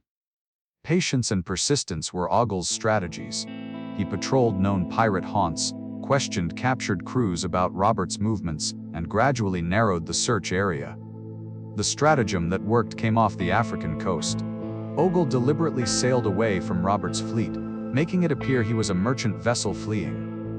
Roberts' consort ship Ranger took the bait and chased what it thought was easy prey. Once Ranger was separated from Roberts' flagship, Ogle turned and engaged, capturing it after a fierce battle. Returning for Roberts the next day, Ogle found royal fortune unprepared. Many of Roberts' crew were drunk, and Roberts himself was eating breakfast when Swallow appeared. Despite Roberts' attempt to rally his crew and his quick death in the opening moments of battle, Swallow prevailed. The mass trial that followed in Cape Coast Castle saw 52 pirates hanged, one of the largest mass executions of the era.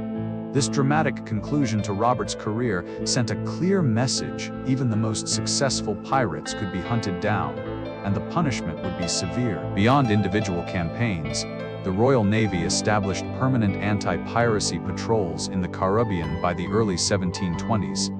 Dedicated vessels were assigned specifically to pirate hunting, rather than being diverted to other duties.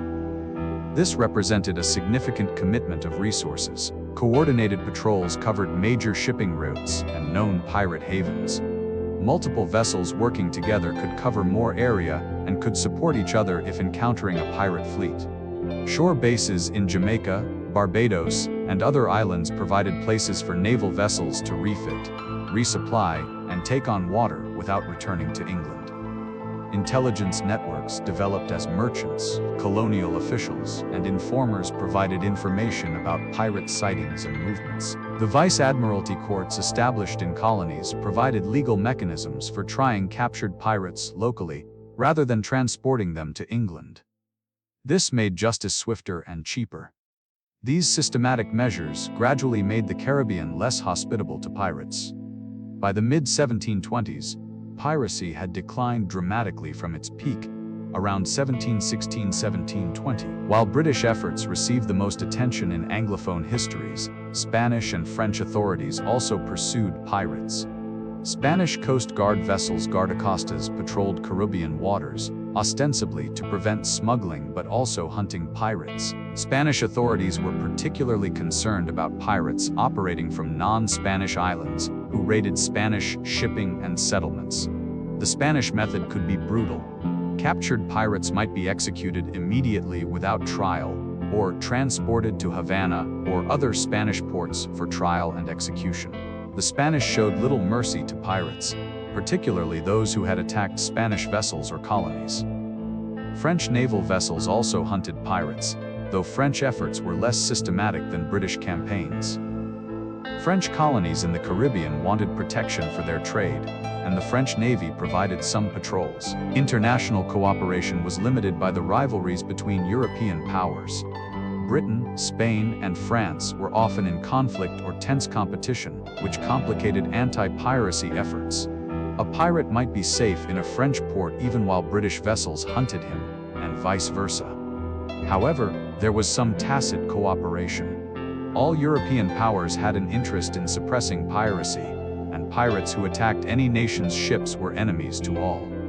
Information about pirate movements might be shared unofficially, and pirates who took refuge in one nation's territory might be discreetly encouraged to leave. Naval pirate hunters employed various tactics specifically adapted for pursuing pirates.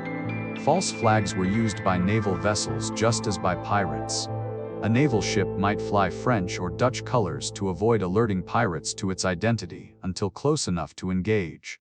Cutting out operations saw naval crews using small boats to raid pirate vessels at anchor, boarding and capturing them before the pirates could respond. Blockades of known pirate havens could trap pirates in port. If pirates were known to be in a particular harbor, naval vessels might station themselves outside, waiting for the pirates to emerge. Ambushes could be set if naval officers learned a pirate ship would be passing a particular location. The naval vessel would hide behind an island or headland and emerge to attack when the pirate ship appeared. Night operations were risky but sometimes effective. Approaching a pirate ship at night reduced the chance of being spotted but required skilled navigation and coordination. Superior gunnery in the Royal Navy came from constant drill and practice. Naval crews practiced firing their cannon regularly, developing accuracy and speed that pirates couldn't match. The carronade, a new type of short-range, large-bore cannon, was being introduced in this period. These weapons were devastating at close range and gave naval vessels additional firepower in boarding actions. When pirates were captured, they faced legal proceedings that combined elements of traditional English law with special provisions for dealing with crimes committed at sea. The trials and executions of pirates became public spectacles that served multiple purposes, punishing the guilty, deterring potential pirates, and demonstrating state power. Piracy cases fell under admiralty jurisdiction rather than common law courts. This had important implications for how trials were conducted. Vice admiralty courts in colonies had authority to try piracy cases. These courts could convene quickly, without need to transport prisoners to England.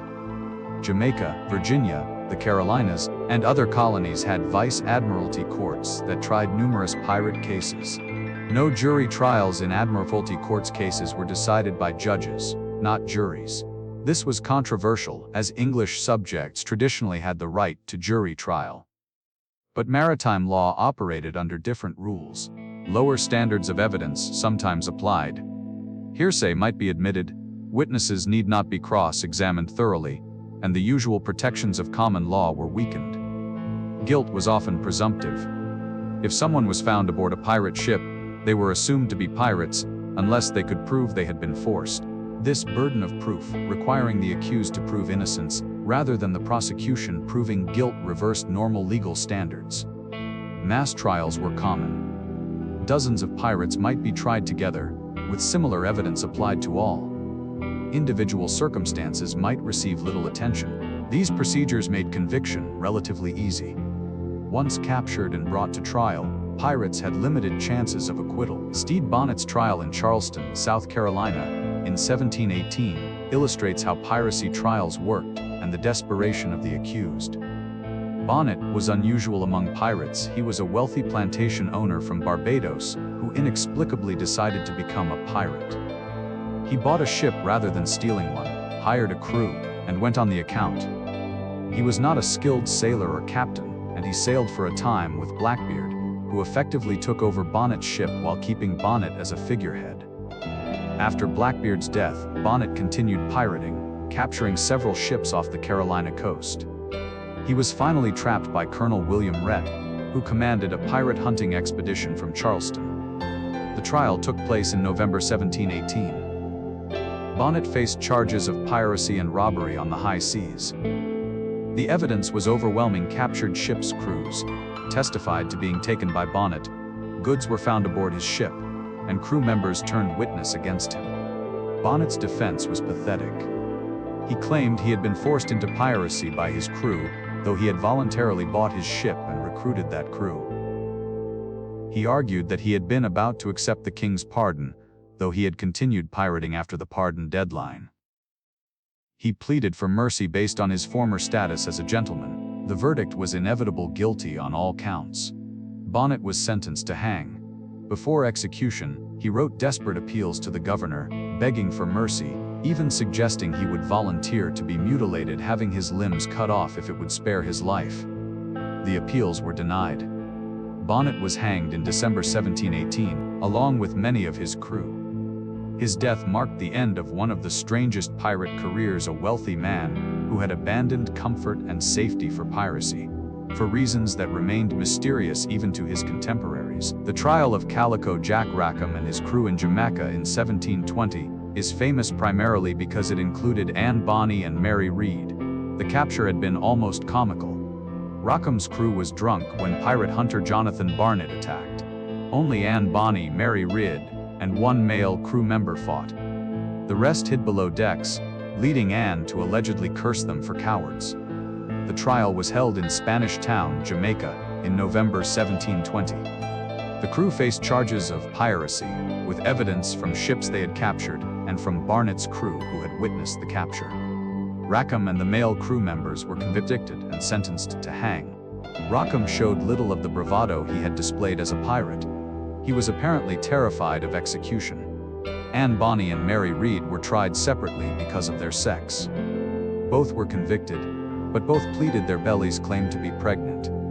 English law prohibited executing pregnant women, so their sentences were postponed pending verification of pregnancy and birth. Mary Read died in prison, probably from fever, before she could be executed.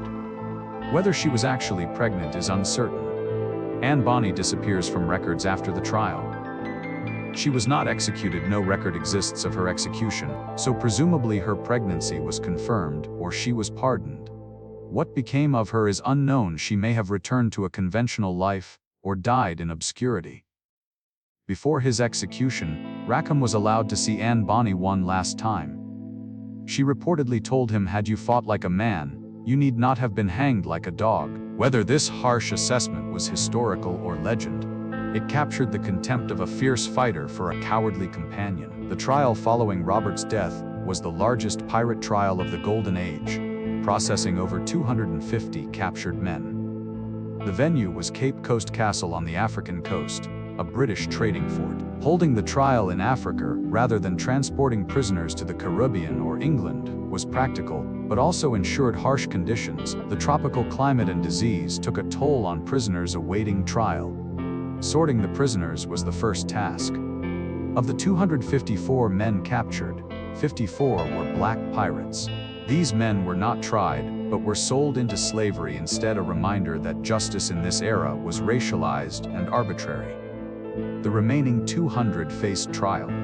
They were sorted into categories: those who had joined voluntarily versus those forced, those who had participated actively in piracy versus those who performed non-combat roles like musicians. Evidence came from examination of Robert's articles found aboard ship, from testimony of recently captured crews, and from the pirates' own admissions or defenses. Sentences varied. 52 men were hanged, those judged most guilty and most active in piracy. 37 received sentences of hard labor in Africa, which was often a delayed death sentence due to disease. 20 were sentenced to prison in Britain. 17 were whipped and released. The rest were acquitted or had charges dismissed. The executions took place at Cape Coast, with pirates hanged in groups over several days. Some went to death defiantly, some repentantly, some terrified.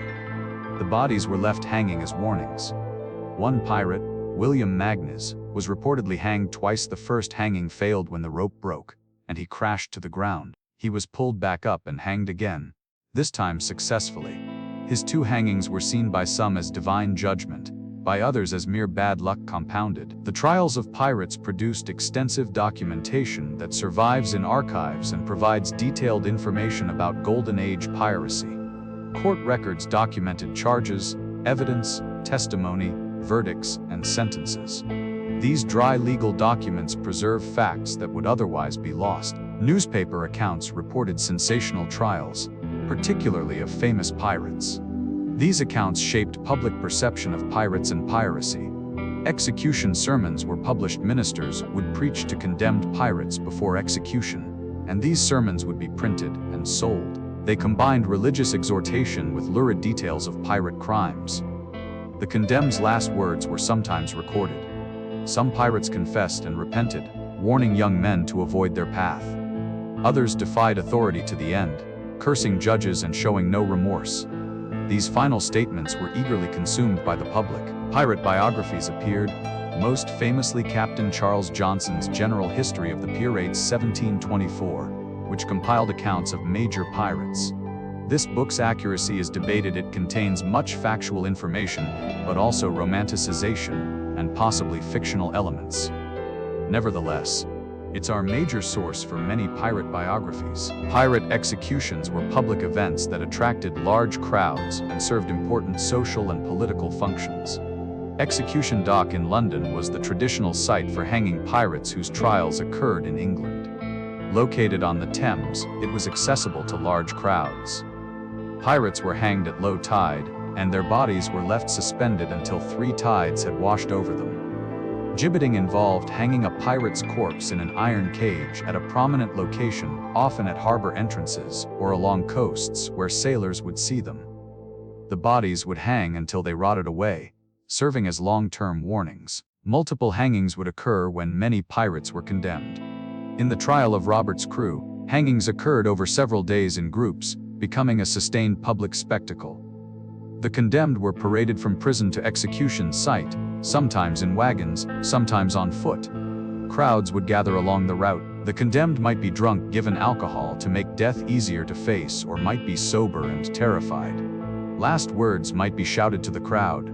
Some pirates used this moment to express defiance or to issue warnings. Others were too frightened or drunk to speak coherently. The actual hanging was often bungled. Drop heights were miscalculated, ropes broke, death was not instantaneous. Hangings could take minutes, with the condemned slowly strangling, their bodies jerking and convulsing. This gruesome spectacle was considered part of the punishment. The crowd's response varied. Sometimes spectators sympathized with the condemned, seeing them as victims of harsh laws or economic desperation. Other times crowds jeered and celebrated, viewing pirates as criminals getting deserved punishment. Public trials and executions served multiple purposes for authorities, demonstrating state power. The ability to capture, try, and execute pirates showed that royal authority extended even to the lawless frontier of the seas. Deterrence: potential pirates seeing the fate of captured pirates might choose other paths. The gruesome nature of executions was calculated to inspire fear. Legal legitimacy: conducting trials, even flawed ones, showed that executions were products of law, not arbitrary violence. Public satisfaction: merchants and colonists who had suffered from piracy wanted to see pirates punished. Trials and executions satisfied this demand. Moral instruction: executions were framed as lessons about sin, crime, and divine judgment. The condemned served as negative examples. Whether executions actually deterred piracy is unclear. Some men undoubtedly avoided piracy from fear of hanging, but others continued despite the risk, suggesting that deterrence was limited. The desperate economic circumstances that drove men to piracy often outweighed fear of punishment. While Nassau was the most famous pirate haven of the Golden Age, pirates operated from numerous other bases throughout the Caribbean and beyond. Understanding these havens reveals the geographic extent of piracy and the varied relationships between pirates and local authorities. Before Nassau, the most notorious pirate haven was Port Royal, Jamaica, though its pirate period ended before the Golden Age proper began. Founded in 1655 after England captured Jamaica from Spain, Port Royal grew rapidly. Its location at the entrance to Kingston Harbor made it ideal for maritime trade and for raids on Spanish shipping. The 1660s-1680s were Port Royal's heyday as a buccaneer base. Buccaneers, pirates who operated under sometimes dubious commissions from England, used Port Royal to sell plunder and spend their gains. The town was wealthy, crowded, and notoriously sinful. Contemporary accounts describe Port Royal as filled with taverns, brothels, and gambling houses. Money flowed freely as buccaneers spent their plunder on drink, women, and games. Sir Henry Morgan, the famous buccaneer, later privateer, later still Lieutenant Governor of Jamaica, made Port Royal his base. His raids on Spanish settlements brought enormous wealth to Port Royal's merchants and made him a hero to England despite Spanish protests. The earthquake of 1692 destroyed most of Port Royal. On June 7, a massive earthquake struck, causing much of the town to slide into the sea. Perhaps 2,000 people died. Survivors saw the disaster as divine judgment on the city's wickedness. Port Royal never fully recovered. It was rebuilt but never regained its former prominence. By the golden age of piracy in the 1710s, Port Royal was a legitimate British port, not a pirate haven. But its reputation as the wickedest city in the world persisted in legend. Tortuga, a small island off the northern coast of Haiti, was an earlier pirate haven that played an important role in Caribbean piracy's development. French buccaneers established themselves on Tortuga in the 1630s-1640s. The island was small, rocky, and not attractive to major colonial powers, making it ideal for outlaws. Hunting wild cattle and pigs on Hispaniola, Haiti, provided the buccaneers' original livelihood. They would smoke the meat in Baucan, the source of the term buccaneer, selling it to passing ships. Raiding Spanish ships and settlements became more profitable than hunting. The buccaneers began attacking Spanish targets, operating from Tortuga and other bases. Shifting control between France and Spain characterized Tortuga's history. Spain would occasionally attack and clear the island, only for buccaneers to return when the Spanish left. France eventually established more permanent control in the 1660s. By the 1670s, Tortuga's importance was declining as French authorities asserted control, and as other havens like Port Royal became more attractive. Tortuga remained a French colony, but ceased to be a major pirate base. The legend of Tortuga as a pirate haven persisted long after its actual pirate period ended. In popular culture, Tortuga represents the archetypal pirate island, though its reality was less dramatic than fiction suggests. The coast of North Carolina provided havens for pirates in the later Golden Age period, particularly for Blackbeard. Ocracoke Inlet and the Outer Banks offered shallow waters where pirates could anchor safely, knowing that larger naval vessels couldn't follow. The maze of inlets and islands provided multiple escape routes. Bath, North Carolina, was a small settlement where Governor Charles Eden resided. Eden's apparent corruption and willingness to grant pardons to pirates made North Carolina attractive to pirates seeking refuge. Blackbeard's relationship with Governor Eden allowed him to use North Carolina as a base even after Nassau fell. The extent of Eden's corruption is debated, but he clearly tolerated Blackbeard's presence in exchange for some benefit. The isolation of the North Carolina coast helped pirates. Colonial authority was weak, settlement was sparse, and enforcement of laws was difficult. Pirates could blend into the legitimate population relatively easily. Virginia's Governor Spotswood resented North Carolina's harboring of pirates. His decision to send Lieutenant Maynard into North Carolina waters to kill Blackbeard created a jurisdictional dispute, but succeeded in eliminating the pirate presence. After Blackbeard's death in 1718, North Carolina ceased to be a major pirate haven. Virginia and South Carolina were less tolerant of pirates, and the coast became less hospitable to piracy. Far from the Caribbean, Madagascar became an important pirate base in the late 17th and early 18th centuries, particularly for pirates operating in what was called the Pirate Round, the route from the Americas to the Indian Ocean. The Pirate Round involved sailing from America or the Caribbean to the Indian Ocean, raiding ships trading with India and the East Indies, then returning via Madagascar. This route could be extremely profitable, as ships from the Mughal Empire and the East India Company carried valuable cargoes. Henry Every's spectacular capture of the Ganj-i-Sawai in 1695 demonstrated the potential wealth of raiding in the Indian Ocean. This single capture yielded perhaps £200,000, $600,000 in treasure, inspiring other pirates to try the pirate round. Madagascar's advantages for pirates included remoteness from European naval power, a location along the Indian Ocean trade routes, abundant food and water, and local populations willing to trade with pirates. St. Mary's Island, Isle Sainte Marie, off Madagascar's east coast, became a particular pirate stronghold. Here pirates established a settlement, trading with local rulers and European merchants, willing to buy pirated goods. Thomas II, Henry Every, William Kidd, and other pirates used Madagascar as a base during the late 1690s. A community developed, with pirates building houses, forming relationships with local women, and creating a society similar to Nassau but in the Indian Ocean. The decline of Madagascar as a pirate haven came as naval patrols increased, and as the most successful pirates retired or were captured. By the 1710s, Madagascar's pirate population had dwindled significantly. The Madagascar pirates became legendary, with tales of pirate kings ruling island kingdoms. These tales were greatly exaggerated, but they captured imagination and contributed to pirate mythology. Nassau's prominence from 1715–1718 was not accidental. New Providence had specific advantages that made it the premier pirate haven of the Golden Age. Location at the crossroads of major shipping lanes meant targets were plentiful. Ships traveling between the Caribbean islands, between America and the Caribbean, or between the Caribbean and Europe passed near New Providence. Safe harbor with good anchorage allowed many ships to shelter safely. The harbor could accommodate dozens of vessels. Shallow approaches meant large naval warships had difficulty entering, while pirate sloops could navigate easily. This provided defensive advantage. No effective government from 1703 until 1718 meant pirates could operate without interference. There was no authority to arrest them or seize their ships. Climate was pleasant year-round, unlike more northerly havens.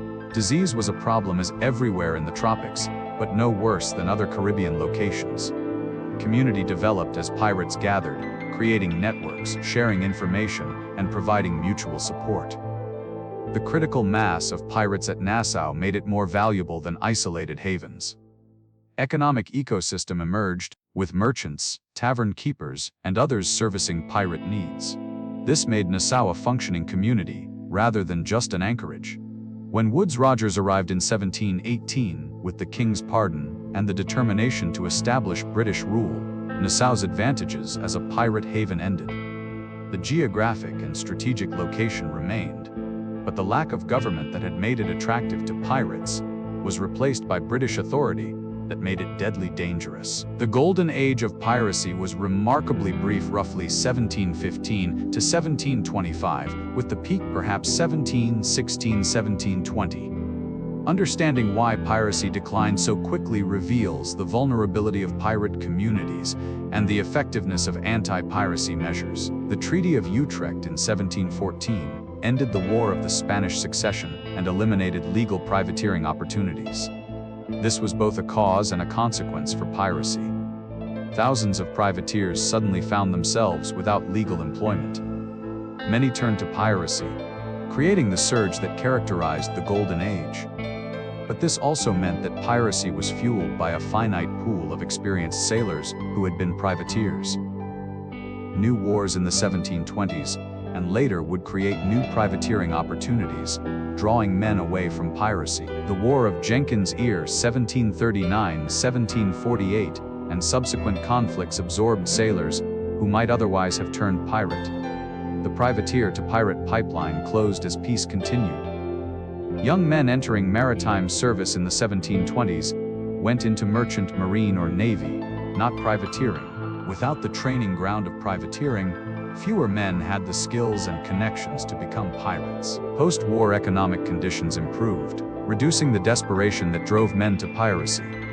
Trade recovered as peace allowed normal commerce to resume. Merchant ships could sail safely again once piracy was suppressed, creating employment for sailors. Wages improved somewhat as demand for sailors increased.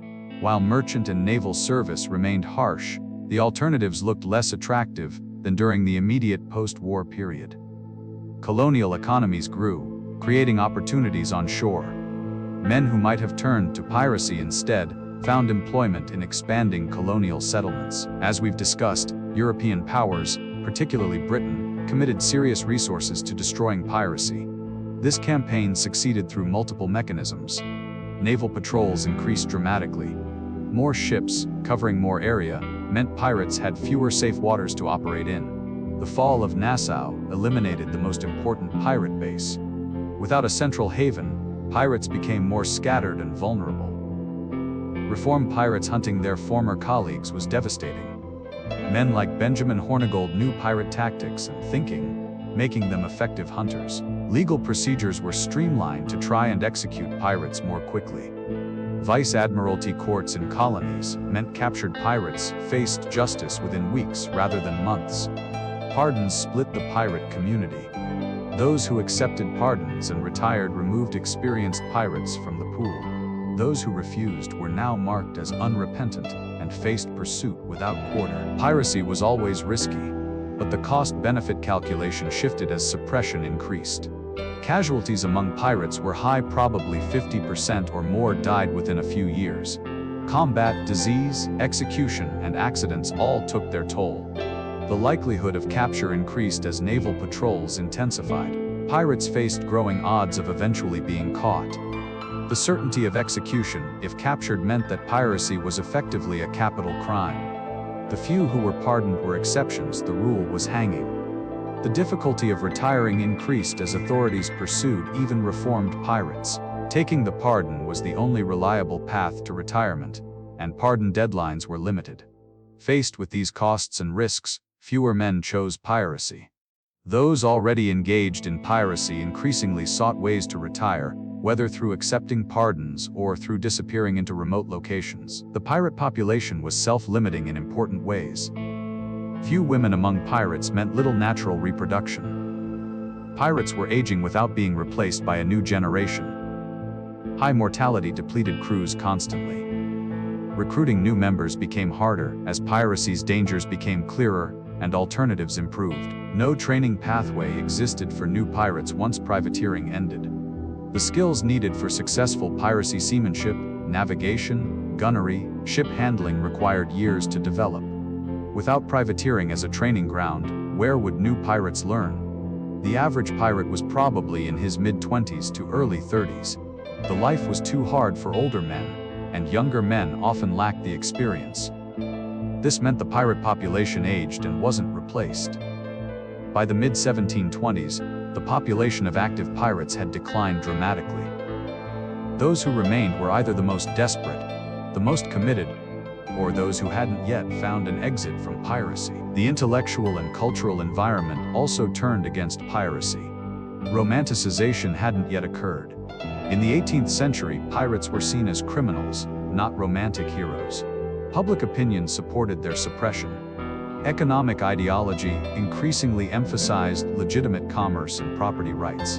Pirates threatened both, making them enemies of progress and civilization. Religious sentiment viewed pirates as sinners who would face divine judgment. Execution sermons emphasized pirates' depravity and their deserved fate. Legal philosophy was developing more sophisticated concepts of rights and justice, but these were for law-abiding citizens. Pirates, by putting themselves outside the law, forfeited any claims to rights. The cultural support such as it was for piracy evaporated. While individual pirates might evoke sympathy, piracy as an institution was universally condemned by those with power to shape opinion. By the late 1720s, piracy in the Caribbean had been largely suppressed. A few individuals continued to operate, but the era of pirate fleets and pirate havens was over. Isolated pirates might still capture a ship here or there, but they were hunted criminals, not members of a pirate community. Without bases, they had to constantly move, unable to rest or spend their gains.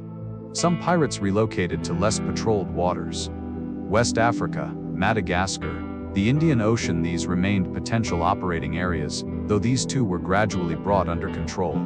Others retired to remote locations, living out their days in obscurity. Some may have successfully hidden their past and returned to legitimate society. Others died unknown, their stories lost. The capture and execution of Philip Roch in 1723 is sometimes marked as symbolically ending the Golden Age. Roch was an Irish pirate who operated in the Atlantic. His execution received much less attention than Blackbeard's or Robert's. Piracy was already becoming less newsworthy because it was becoming less common. Even as the reality of piracy ended, the mythology was beginning to form. Captain Charles Johnson's General History of the Pirates 1724, with expanded editions in 1726 and 1728, compiled accounts of major pirates, while many were still alive or recently dead. This book shaped how pirates would be remembered. Execution narratives and criminal biographies kept pirate stories in circulation. These were popular reading material, combining moral lessons with thrilling adventure. The romanticization that would later transform pirates into anti-heroes was beginning even as actual pirates were being hanged. The image of the free sailor defying authority had romantic appeal, even to those who supported piracy's suppression. The pirates of the Golden Age lived brief, violent lives and died young, usually by hanging. But they created legends that have outlived them by centuries. The skull and crossbones, the pirate code, the buried treasure, the Caribbean adventure, all these elements of pirate mythology trace back to the real men and women who sailed under the black flag between 1715 and 1725. And here we pause once more in our journey. We have seen the pirate hunters in pursuit, witnessed trials and executions, explored the various havens where pirates sought refuge, and understood why the Golden Age ended. The romantic image of piracy obscures the brutal reality. Most pirates died young, many by violence, most in poverty despite their occasional spectacular captures. The freedom they sought came at terrible cost, and few enjoyed it for long. As you drift toward sleep, imagine the Caribbean as it became in the late 1720s. The pirate ships gone, the black flag struck, the havens closed or converted to legitimate ports. The waters are safer for merchant ships, but less free for those who sought to escape authority. When we continue in our final section, we will explore the legacy of the Golden Age pirates, how they've been remembered and mythologized, what truth remains in the legends, and what lessons their brief moment in history might teach us about freedom, authority, and the price of both. For now, rest peacefully. The age of pirates has passed into history, but the questions they raised remain. As we enter the final portion of our journey through the Golden Age of piracy, we must confront the gap between the pirates of history and the pirates of legend. Few historical subjects have been as thoroughly romanticized, mythologized, and distorted by popular imagination. Yet beneath the layers of fiction, there are kernels of truth that make the real story perhaps more interesting than the myths. No element of pirate mythology is more persistent than buried treasure. The image of pirates burying chests of gold and jewels on remote islands, leaving cryptic maps marked with X to guide future recovery. The reality is that very few pirates buried treasure, and those who did had practical reasons, not mysterious ones. Pirates needed to spend or sell their plunder, not hide it. Money buried was money unavailable for the drink, women, gambling, and supplies that pirates wanted. The boom and bust spending pattern we discussed earlier, pirates arriving in port and immediately spending their gains lavishly, was far more typical than careful hoarding. The few documented cases of buried treasure involve pirates who needed to hide plunder temporarily for specific tactical reasons. William Kidd allegedly buried treasure on Gardiner's Island, near New York, before his arrest, planning to use it as a bargaining chip with authorities. But this was emergency concealment, not the systematic treasure hiding of legend. The appeal of buried treasure to later generations is obvious. It offers the fantasy of sudden wealth waiting to be discovered. Treasure hunting became a popular activity, with supposed pirate treasure maps almost all fraudulent, selling for good money to gullible adventurers. Captain Kidd's treasure became particularly legendary, with supposed maps and clues appearing for decades and even centuries after his death. Treasure hunters dug on islands from the Caribbean to the China Sea, finding nothing but perpetuating the legend. The reality is simpler and less romantic. Most pirate plunder was spent quickly, often foolishly. The pirates who retired wealthy did so by investing in land or legitimate businesses, not by digging up buried treasure. The few who died before spending their gains simply left their wealth lost or seized by authorities. The image of pirates forcing victims to walk a plank extended from the ship's side, dropping into shark-infested waters, is iconic. It appears in countless books, films, and illustrations. Historical evidence for walking the plank is virtually non-existent in the Golden Age. No contemporary account from the period 1650–1730 clearly describes this practice. Pirates certainly threw prisoners overboard sometimes. Those who resisted or whom pirates wished to kill might be simply thrown into the sea. But the elaborate ritual of the plank appears to be a later invention. The earliest references to walking the plank appear in the 19th century, long after the Golden Age ended. It may have occurred in isolated cases, or it may be entirely fictional, a dramatic image created by writers and artists. Why the myth persists is clear. Walking the plank is theatrical and dramatic, perfect for visual media. It's more interesting than they threw him overboard, even though the latter is what actually happened. Pirates did use cruel punishments. Victims might be tortured for information about hidden valuables, or killed in various ways if they angered pirates. But the specific practice of walking the plank appears to be mythology rather than history. The pirate flag with skull and crossbones is universally recognized. But the historical reality of pirate flags is more complex and varied than the standard Jolly Roger. The term Jolly Roger itself is of uncertain origin. It might derive from the French Joli Rouge, pretty red, referring to red flags that meant no quarter would be given. Or it might come from Old Roger, a term for the devil, or from numerous other proposed etymologies. We don't know for certain. Pirate flags varied enormously. While skulls, skeletons, and crossed bones were common motifs, each pirate captain often flew a unique design. Blackbeard's flag reportedly showed a skeleton holding an hourglass in one hand, and a spear pointed at a bleeding heart in the other, a complex image conveying the message your time is running out, and death is coming. Bartholomew Roberts flew flags showing himself standing on two skulls, marked ABH and AMH, a Barbadian's head and a Martinican's head, expressing his hatred for those islands' governors. Another Roberts flag showed him and a skeleton holding an hourglass together. Calico Jack Rackham flew a flag with a skull and two crossed swords, not crossed bones but swords, a variation on the theme. Emmanuel Wynn's flag from 1700 showed a skull, crossed bones, and an hourglass, probably the earliest documented classic Jolly Roger design. The purpose of these flags was psychological warfare. A pirate flag told a target ship that they faced pirates who would be violent if resisted but might be merciful if surrendered quickly. The skull and death imagery conveyed the message surrender or die. Pirates often flew false flags, initially British, French, Spanish, or Dutch colors, to approach targets without alarming them. Only when close enough to engage would they strike the false colors and raise their distinctive pirate flag. This moment of revelation was calculated to inspire terror. Color mattered. A black flag suggested the possibility of quarter if the target surrendered. A red flag meant no quarter, everyone would be killed regardless of surrender. Pirates might raise a black flag first, then switch to red if the target resisted, escalating the threat. The standardized skull and crossbones flag, familiar from popular culture, is a simplification. Real pirate flags were diverse, creative, and personalized to the captain and crew who flew them. The distinctive pirate accent familiar from films are matey, and exaggerated West Country English has some basis in reality but is greatly exaggerated. Many pirates were from England's West Country, Cornwall, Devon, Somerset regions with distinctive accents. The rolling R sounds and unique vocabulary of West Country speech may be the origin of the stereotypical pirate accent.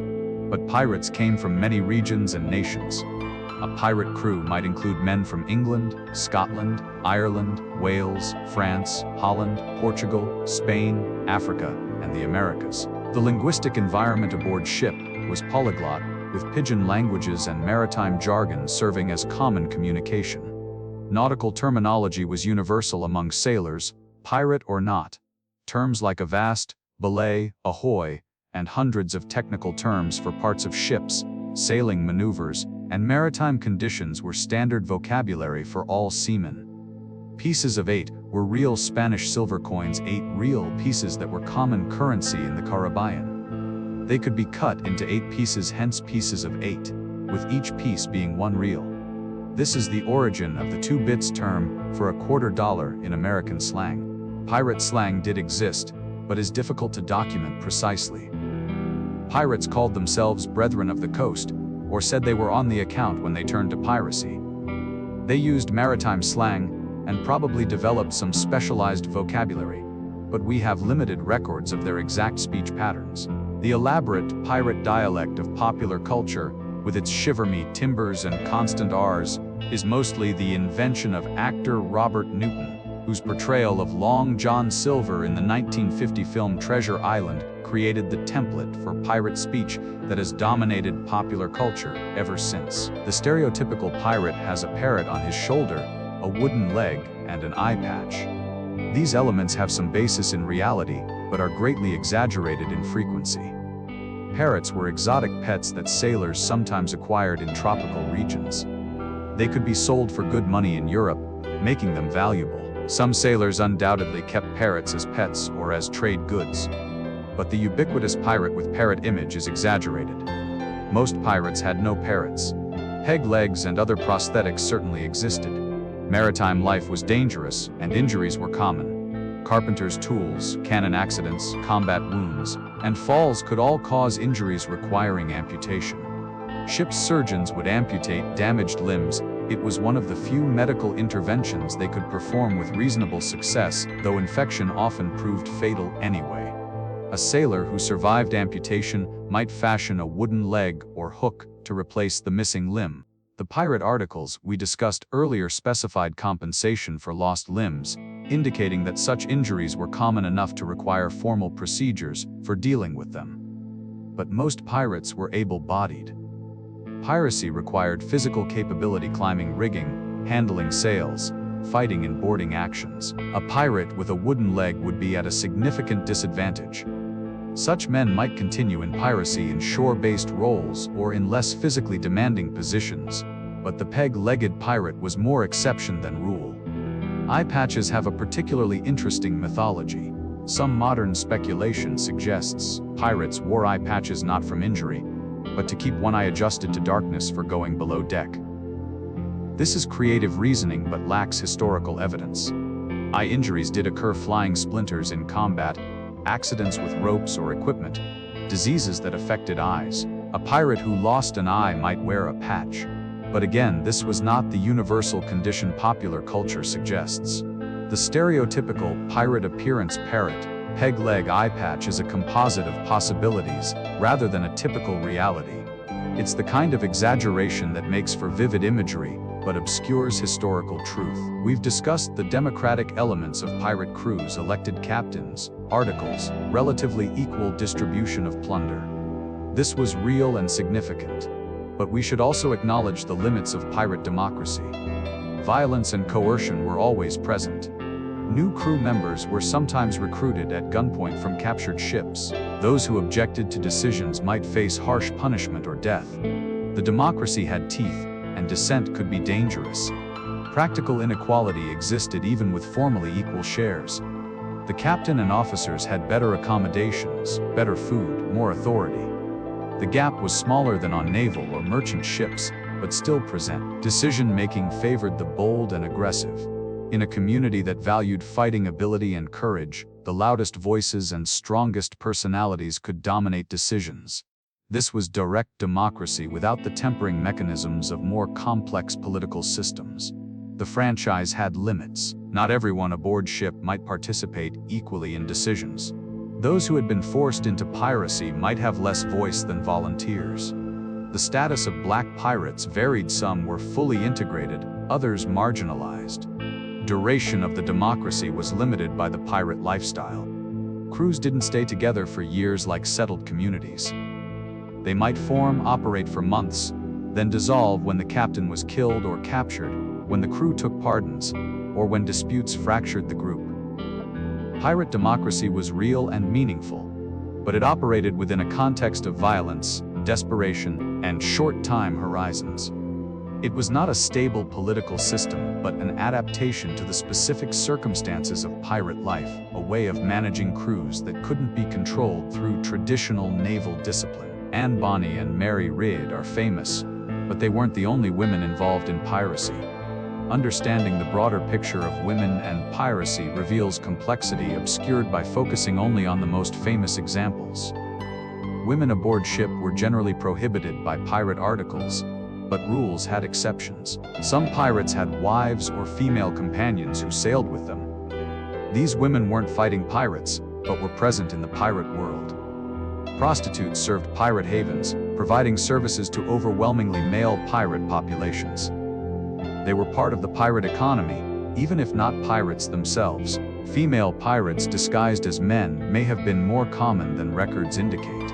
If a woman successfully maintained male disguise throughout her pirate career, she would appear in records as male, making her invisible to historians. We only know about women pirates who were discovered. Grace O'Malley Grain Mahial, the 16th century Irish pirate queen, operated before the Golden Age, but demonstrated that women could command pirate fleets. She led raids, negotiated with Elizabeth I, and commanded respect from male subordinates. Chinese pirate women in the 19th century, particularly Qing Shi, commanded large fleets and were enormously successful. While outside our period, they demonstrate that women pirates were possible and could be formidable. The challenges for women pirates were substantial. Maintaining disguise required constant vigilance. Physical demands of sailing could expose women not accustomed to maritime work. Pregnancy was an obvious danger to disguise. Sexual dynamics complicated relationships with male crew members. But the existence of known women pirates proves that the boundaries of possibility, while constrained, were not absolute. In the marginal world of piracy, some women found opportunities that legitimate society denied them. The pirates of the Golden Age died centuries ago, but their cultural afterlife has been remarkably vigorous.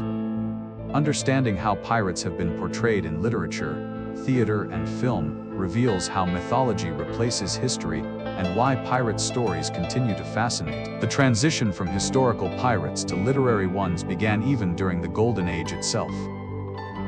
Captain Charles Johnson's General History of the Pirates, 1724, was the foundational text. Johnson, whose identity remains uncertain, some scholars believe it was a pseudonym for Daniel Defoe, compiled accounts of major pirates. The book mixed factual reporting with romanticization and possibly invented material. Johnson's book established the template for pirate narratives: bold captains, democratic crews, spectacular captures, and dramatic endings. It was enormously popular and went through multiple editions, shaping how English-speaking audiences understood pirates.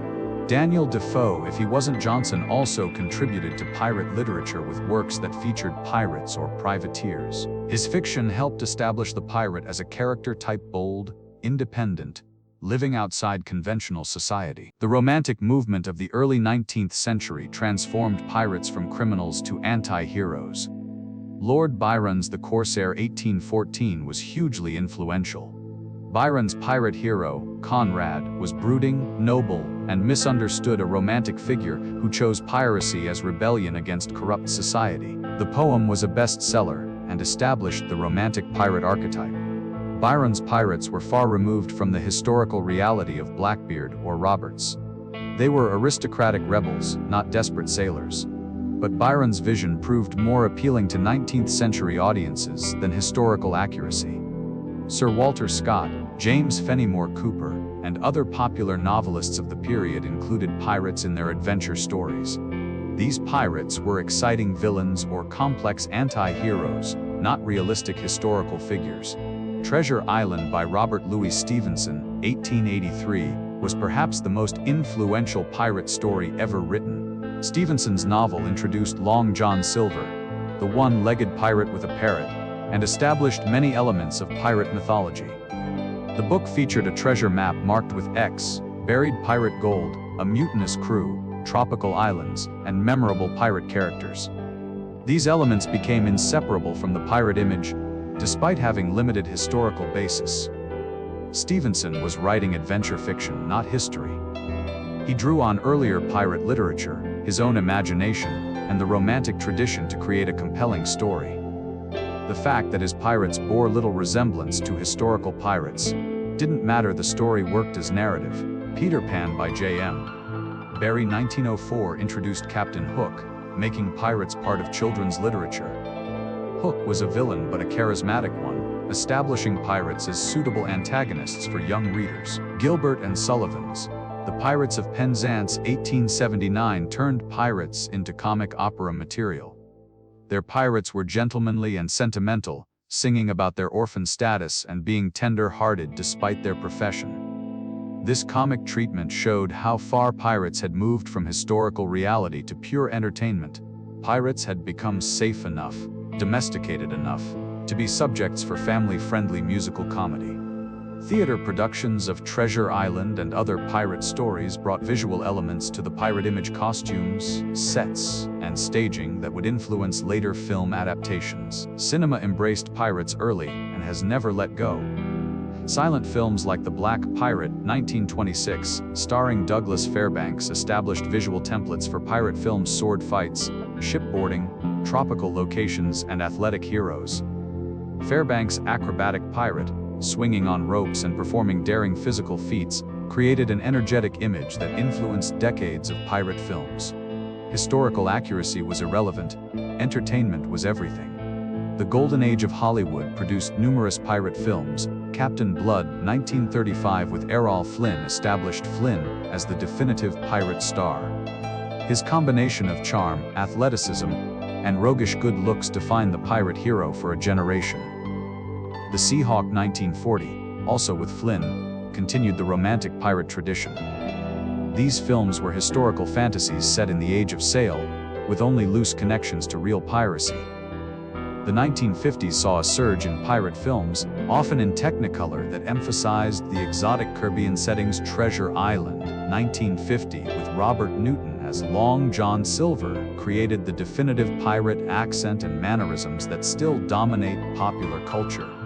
Newton's performance was so influential that his interpretation of pirate speech became the standard. The Crimson Pirate, 1952, with Burt Lancaster, was pure escapist entertainment, featuring impossible acrobatics and cheerful disregard for historical reality. By the 1960s-70s, pirate films had become less popular, seen as old-fashioned.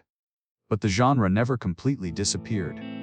The Princess Bride, 1987, featured the dread pirate Roberts, using pirate imagery for fantasy adventure. The film was more interested in fairy tale than history, but it kept pirates in cultural circulation. Pirates of the Caribbean: The Curse of the Black Pearl, 2003, revitalized the pirate genre spectacularly. This Disney film, based on a theme park ride, became a massive hit and spawned a franchise. Johnny Depp's Captain Jack Sparrow created a new pirate archetype: eccentric, comedic, unpredictable. The film's mixed pirate history with supernatural fantasy, creating entertaining spectacle divorced from historical reality.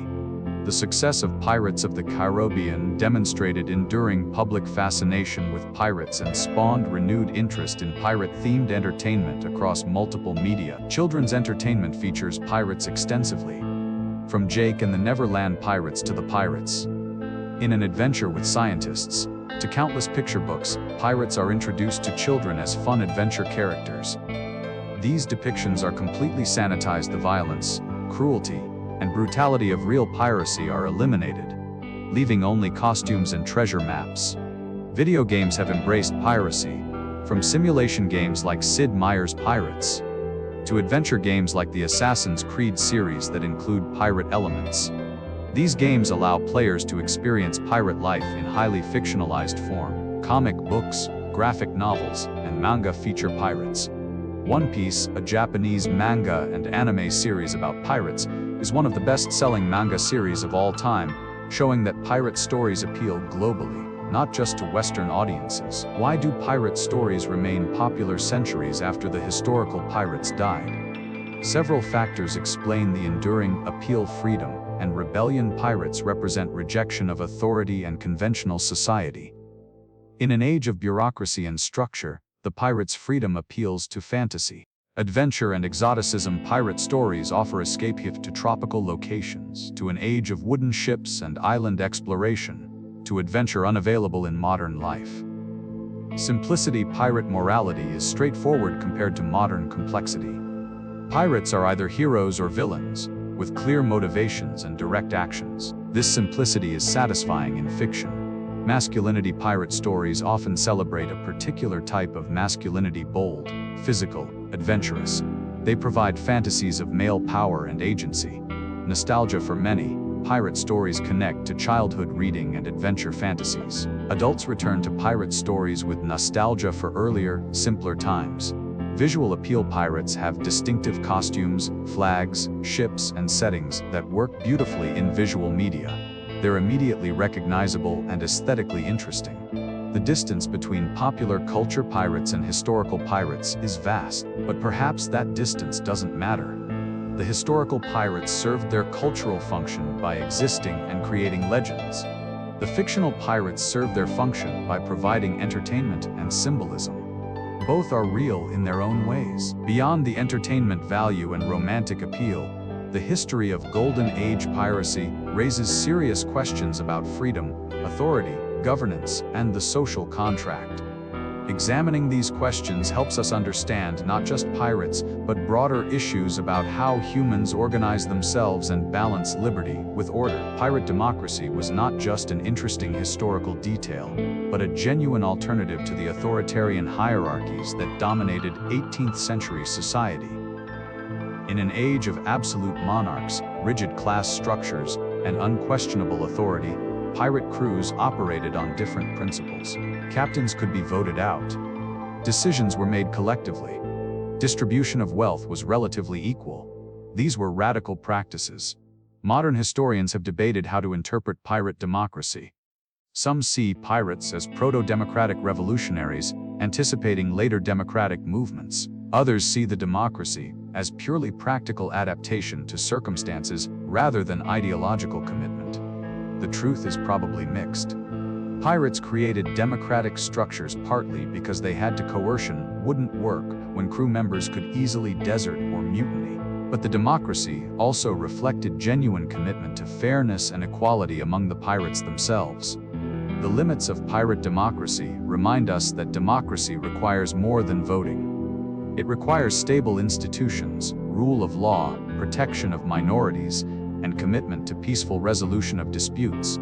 Pirate democracy had none of these in developed form. It worked temporarily for small, homogeneous groups with shared goals, but couldn't sustain larger or longer-term communities. Pirates chose autonomy over security. This choice reveals something important about human motivation. Most people in the 18th century lived under authority masters, landlords, officials, monarchs. Their lives were constrained by law, custom, and hierarchy. Security such as it was came through accepting one's place in the social order. Pirates rejected this bargain. They chose freedom over security, autonomy over safety, short-term pleasure over long-term stability.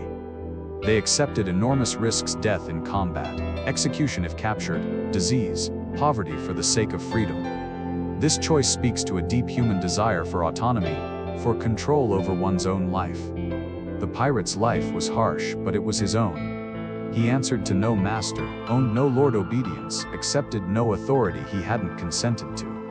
Modern parallels exist in subcultures that reject conventional career paths and social expectations in favor of autonomy, even at cost of security.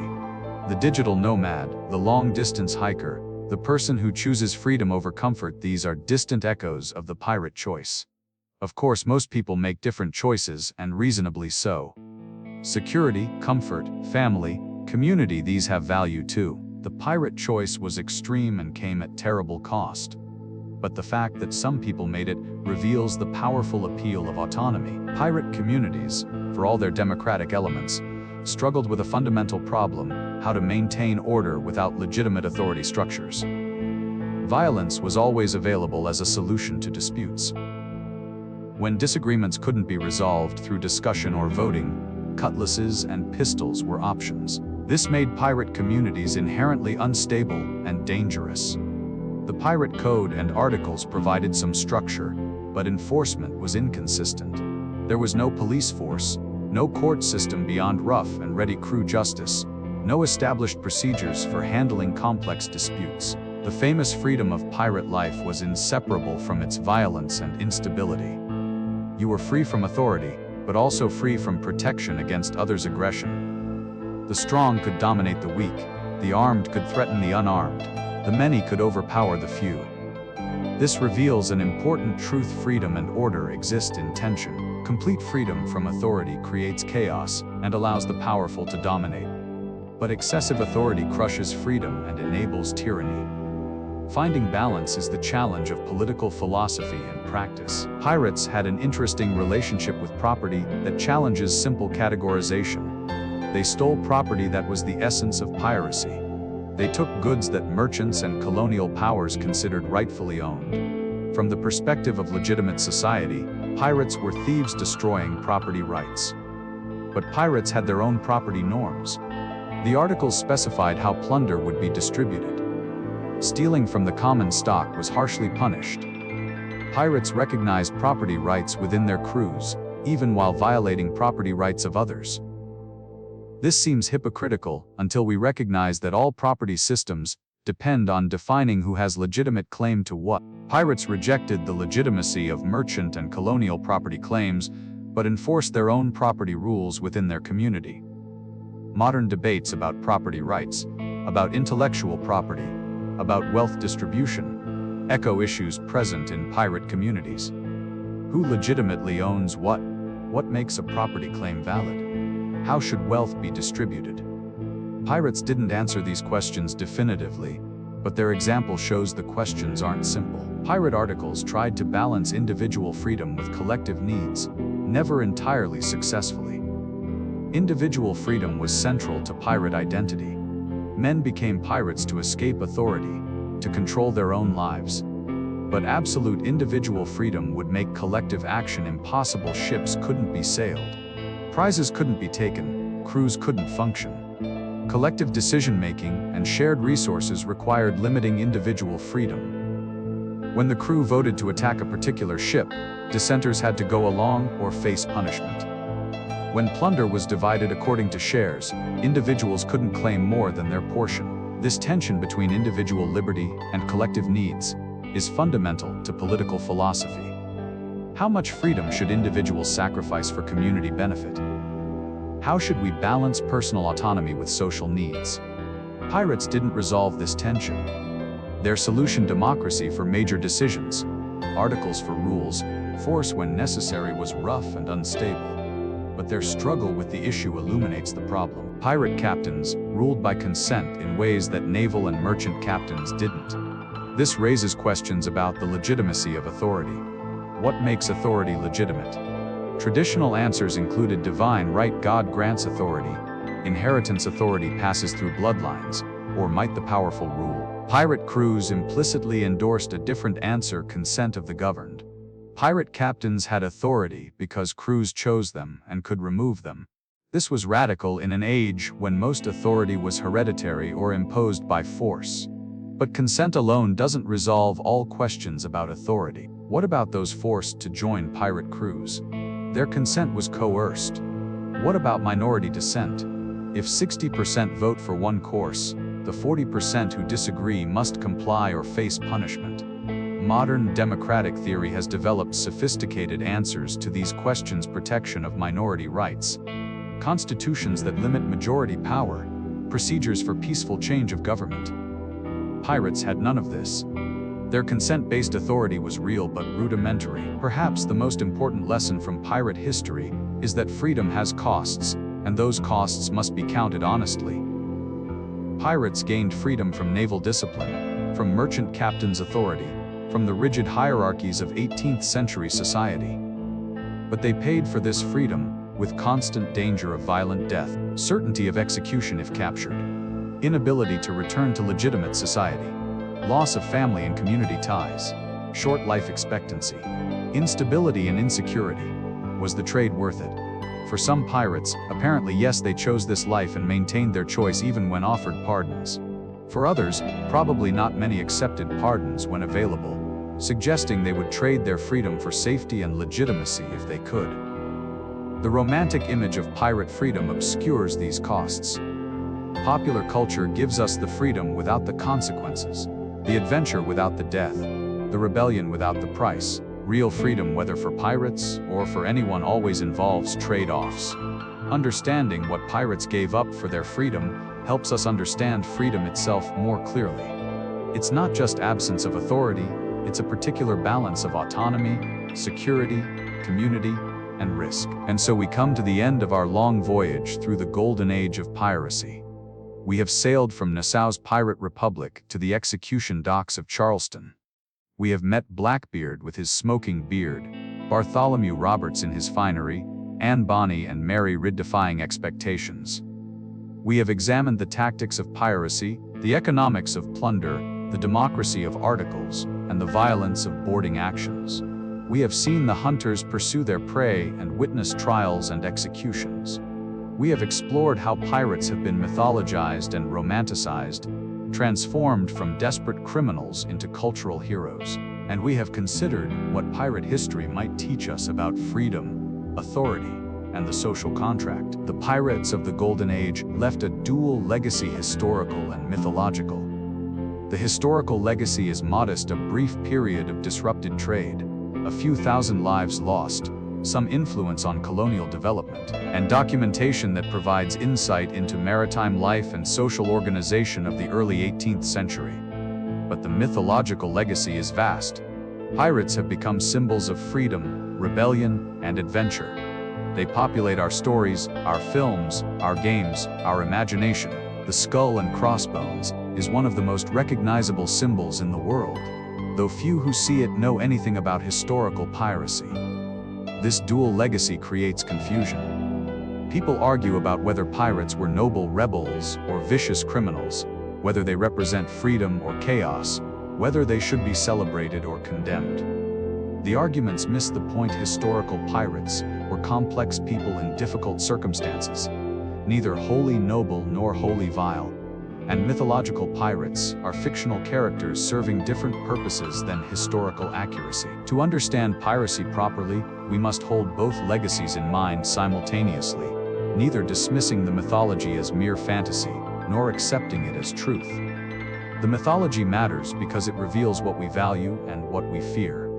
Our pirate stories show our fascination with freedom, our attraction to rebellion, our desire for adventure, and our ambivalence about authority.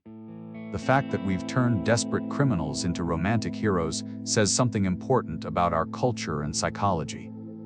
The history matters because it grounds mythology in reality and complicates simple narratives. Real pirates were not simple heroes or villains, but people making choices in a brutal world with limited options. Understanding their actual circumstances helps us understand both the appeal of piracy and its terrible costs. The golden age of piracy, brief as it was, illuminates perennial human questions about freedom. How much do we value autonomy? What are we willing to sacrifice for it? What are the limits of freedom without order? About democracy: can groups govern themselves without hierarchy? What mechanisms make democracy work? Where does democracy break down? About property: who owns what and why? What makes property claims legitimate? How should wealth be distributed? About authority: when is authority legitimate? What role does consent play? How do we balance individual liberty with collective needs? About community: what holds communities together? How do we create belonging without coercion? What happens when communities are temporary and transient? Pirates don't provide definitive answers to these questions, but their brief experiment in democratic self-governance on the margins of empire, their choice of freedom over security, and their creation of alternative communities illuminate the questions themselves. There is tragedy in the pirate story that romance obscures. These were mostly young men, often from desperate circumstances, who chose a path that led almost inevitably to early death. The promise of freedom and wealth was real, but the cost was terrible. Most pirates died within a few years of turning pirate. They died from disease, from combat wounds, from hanging, from accidents at sea. Few accumulated significant wealth.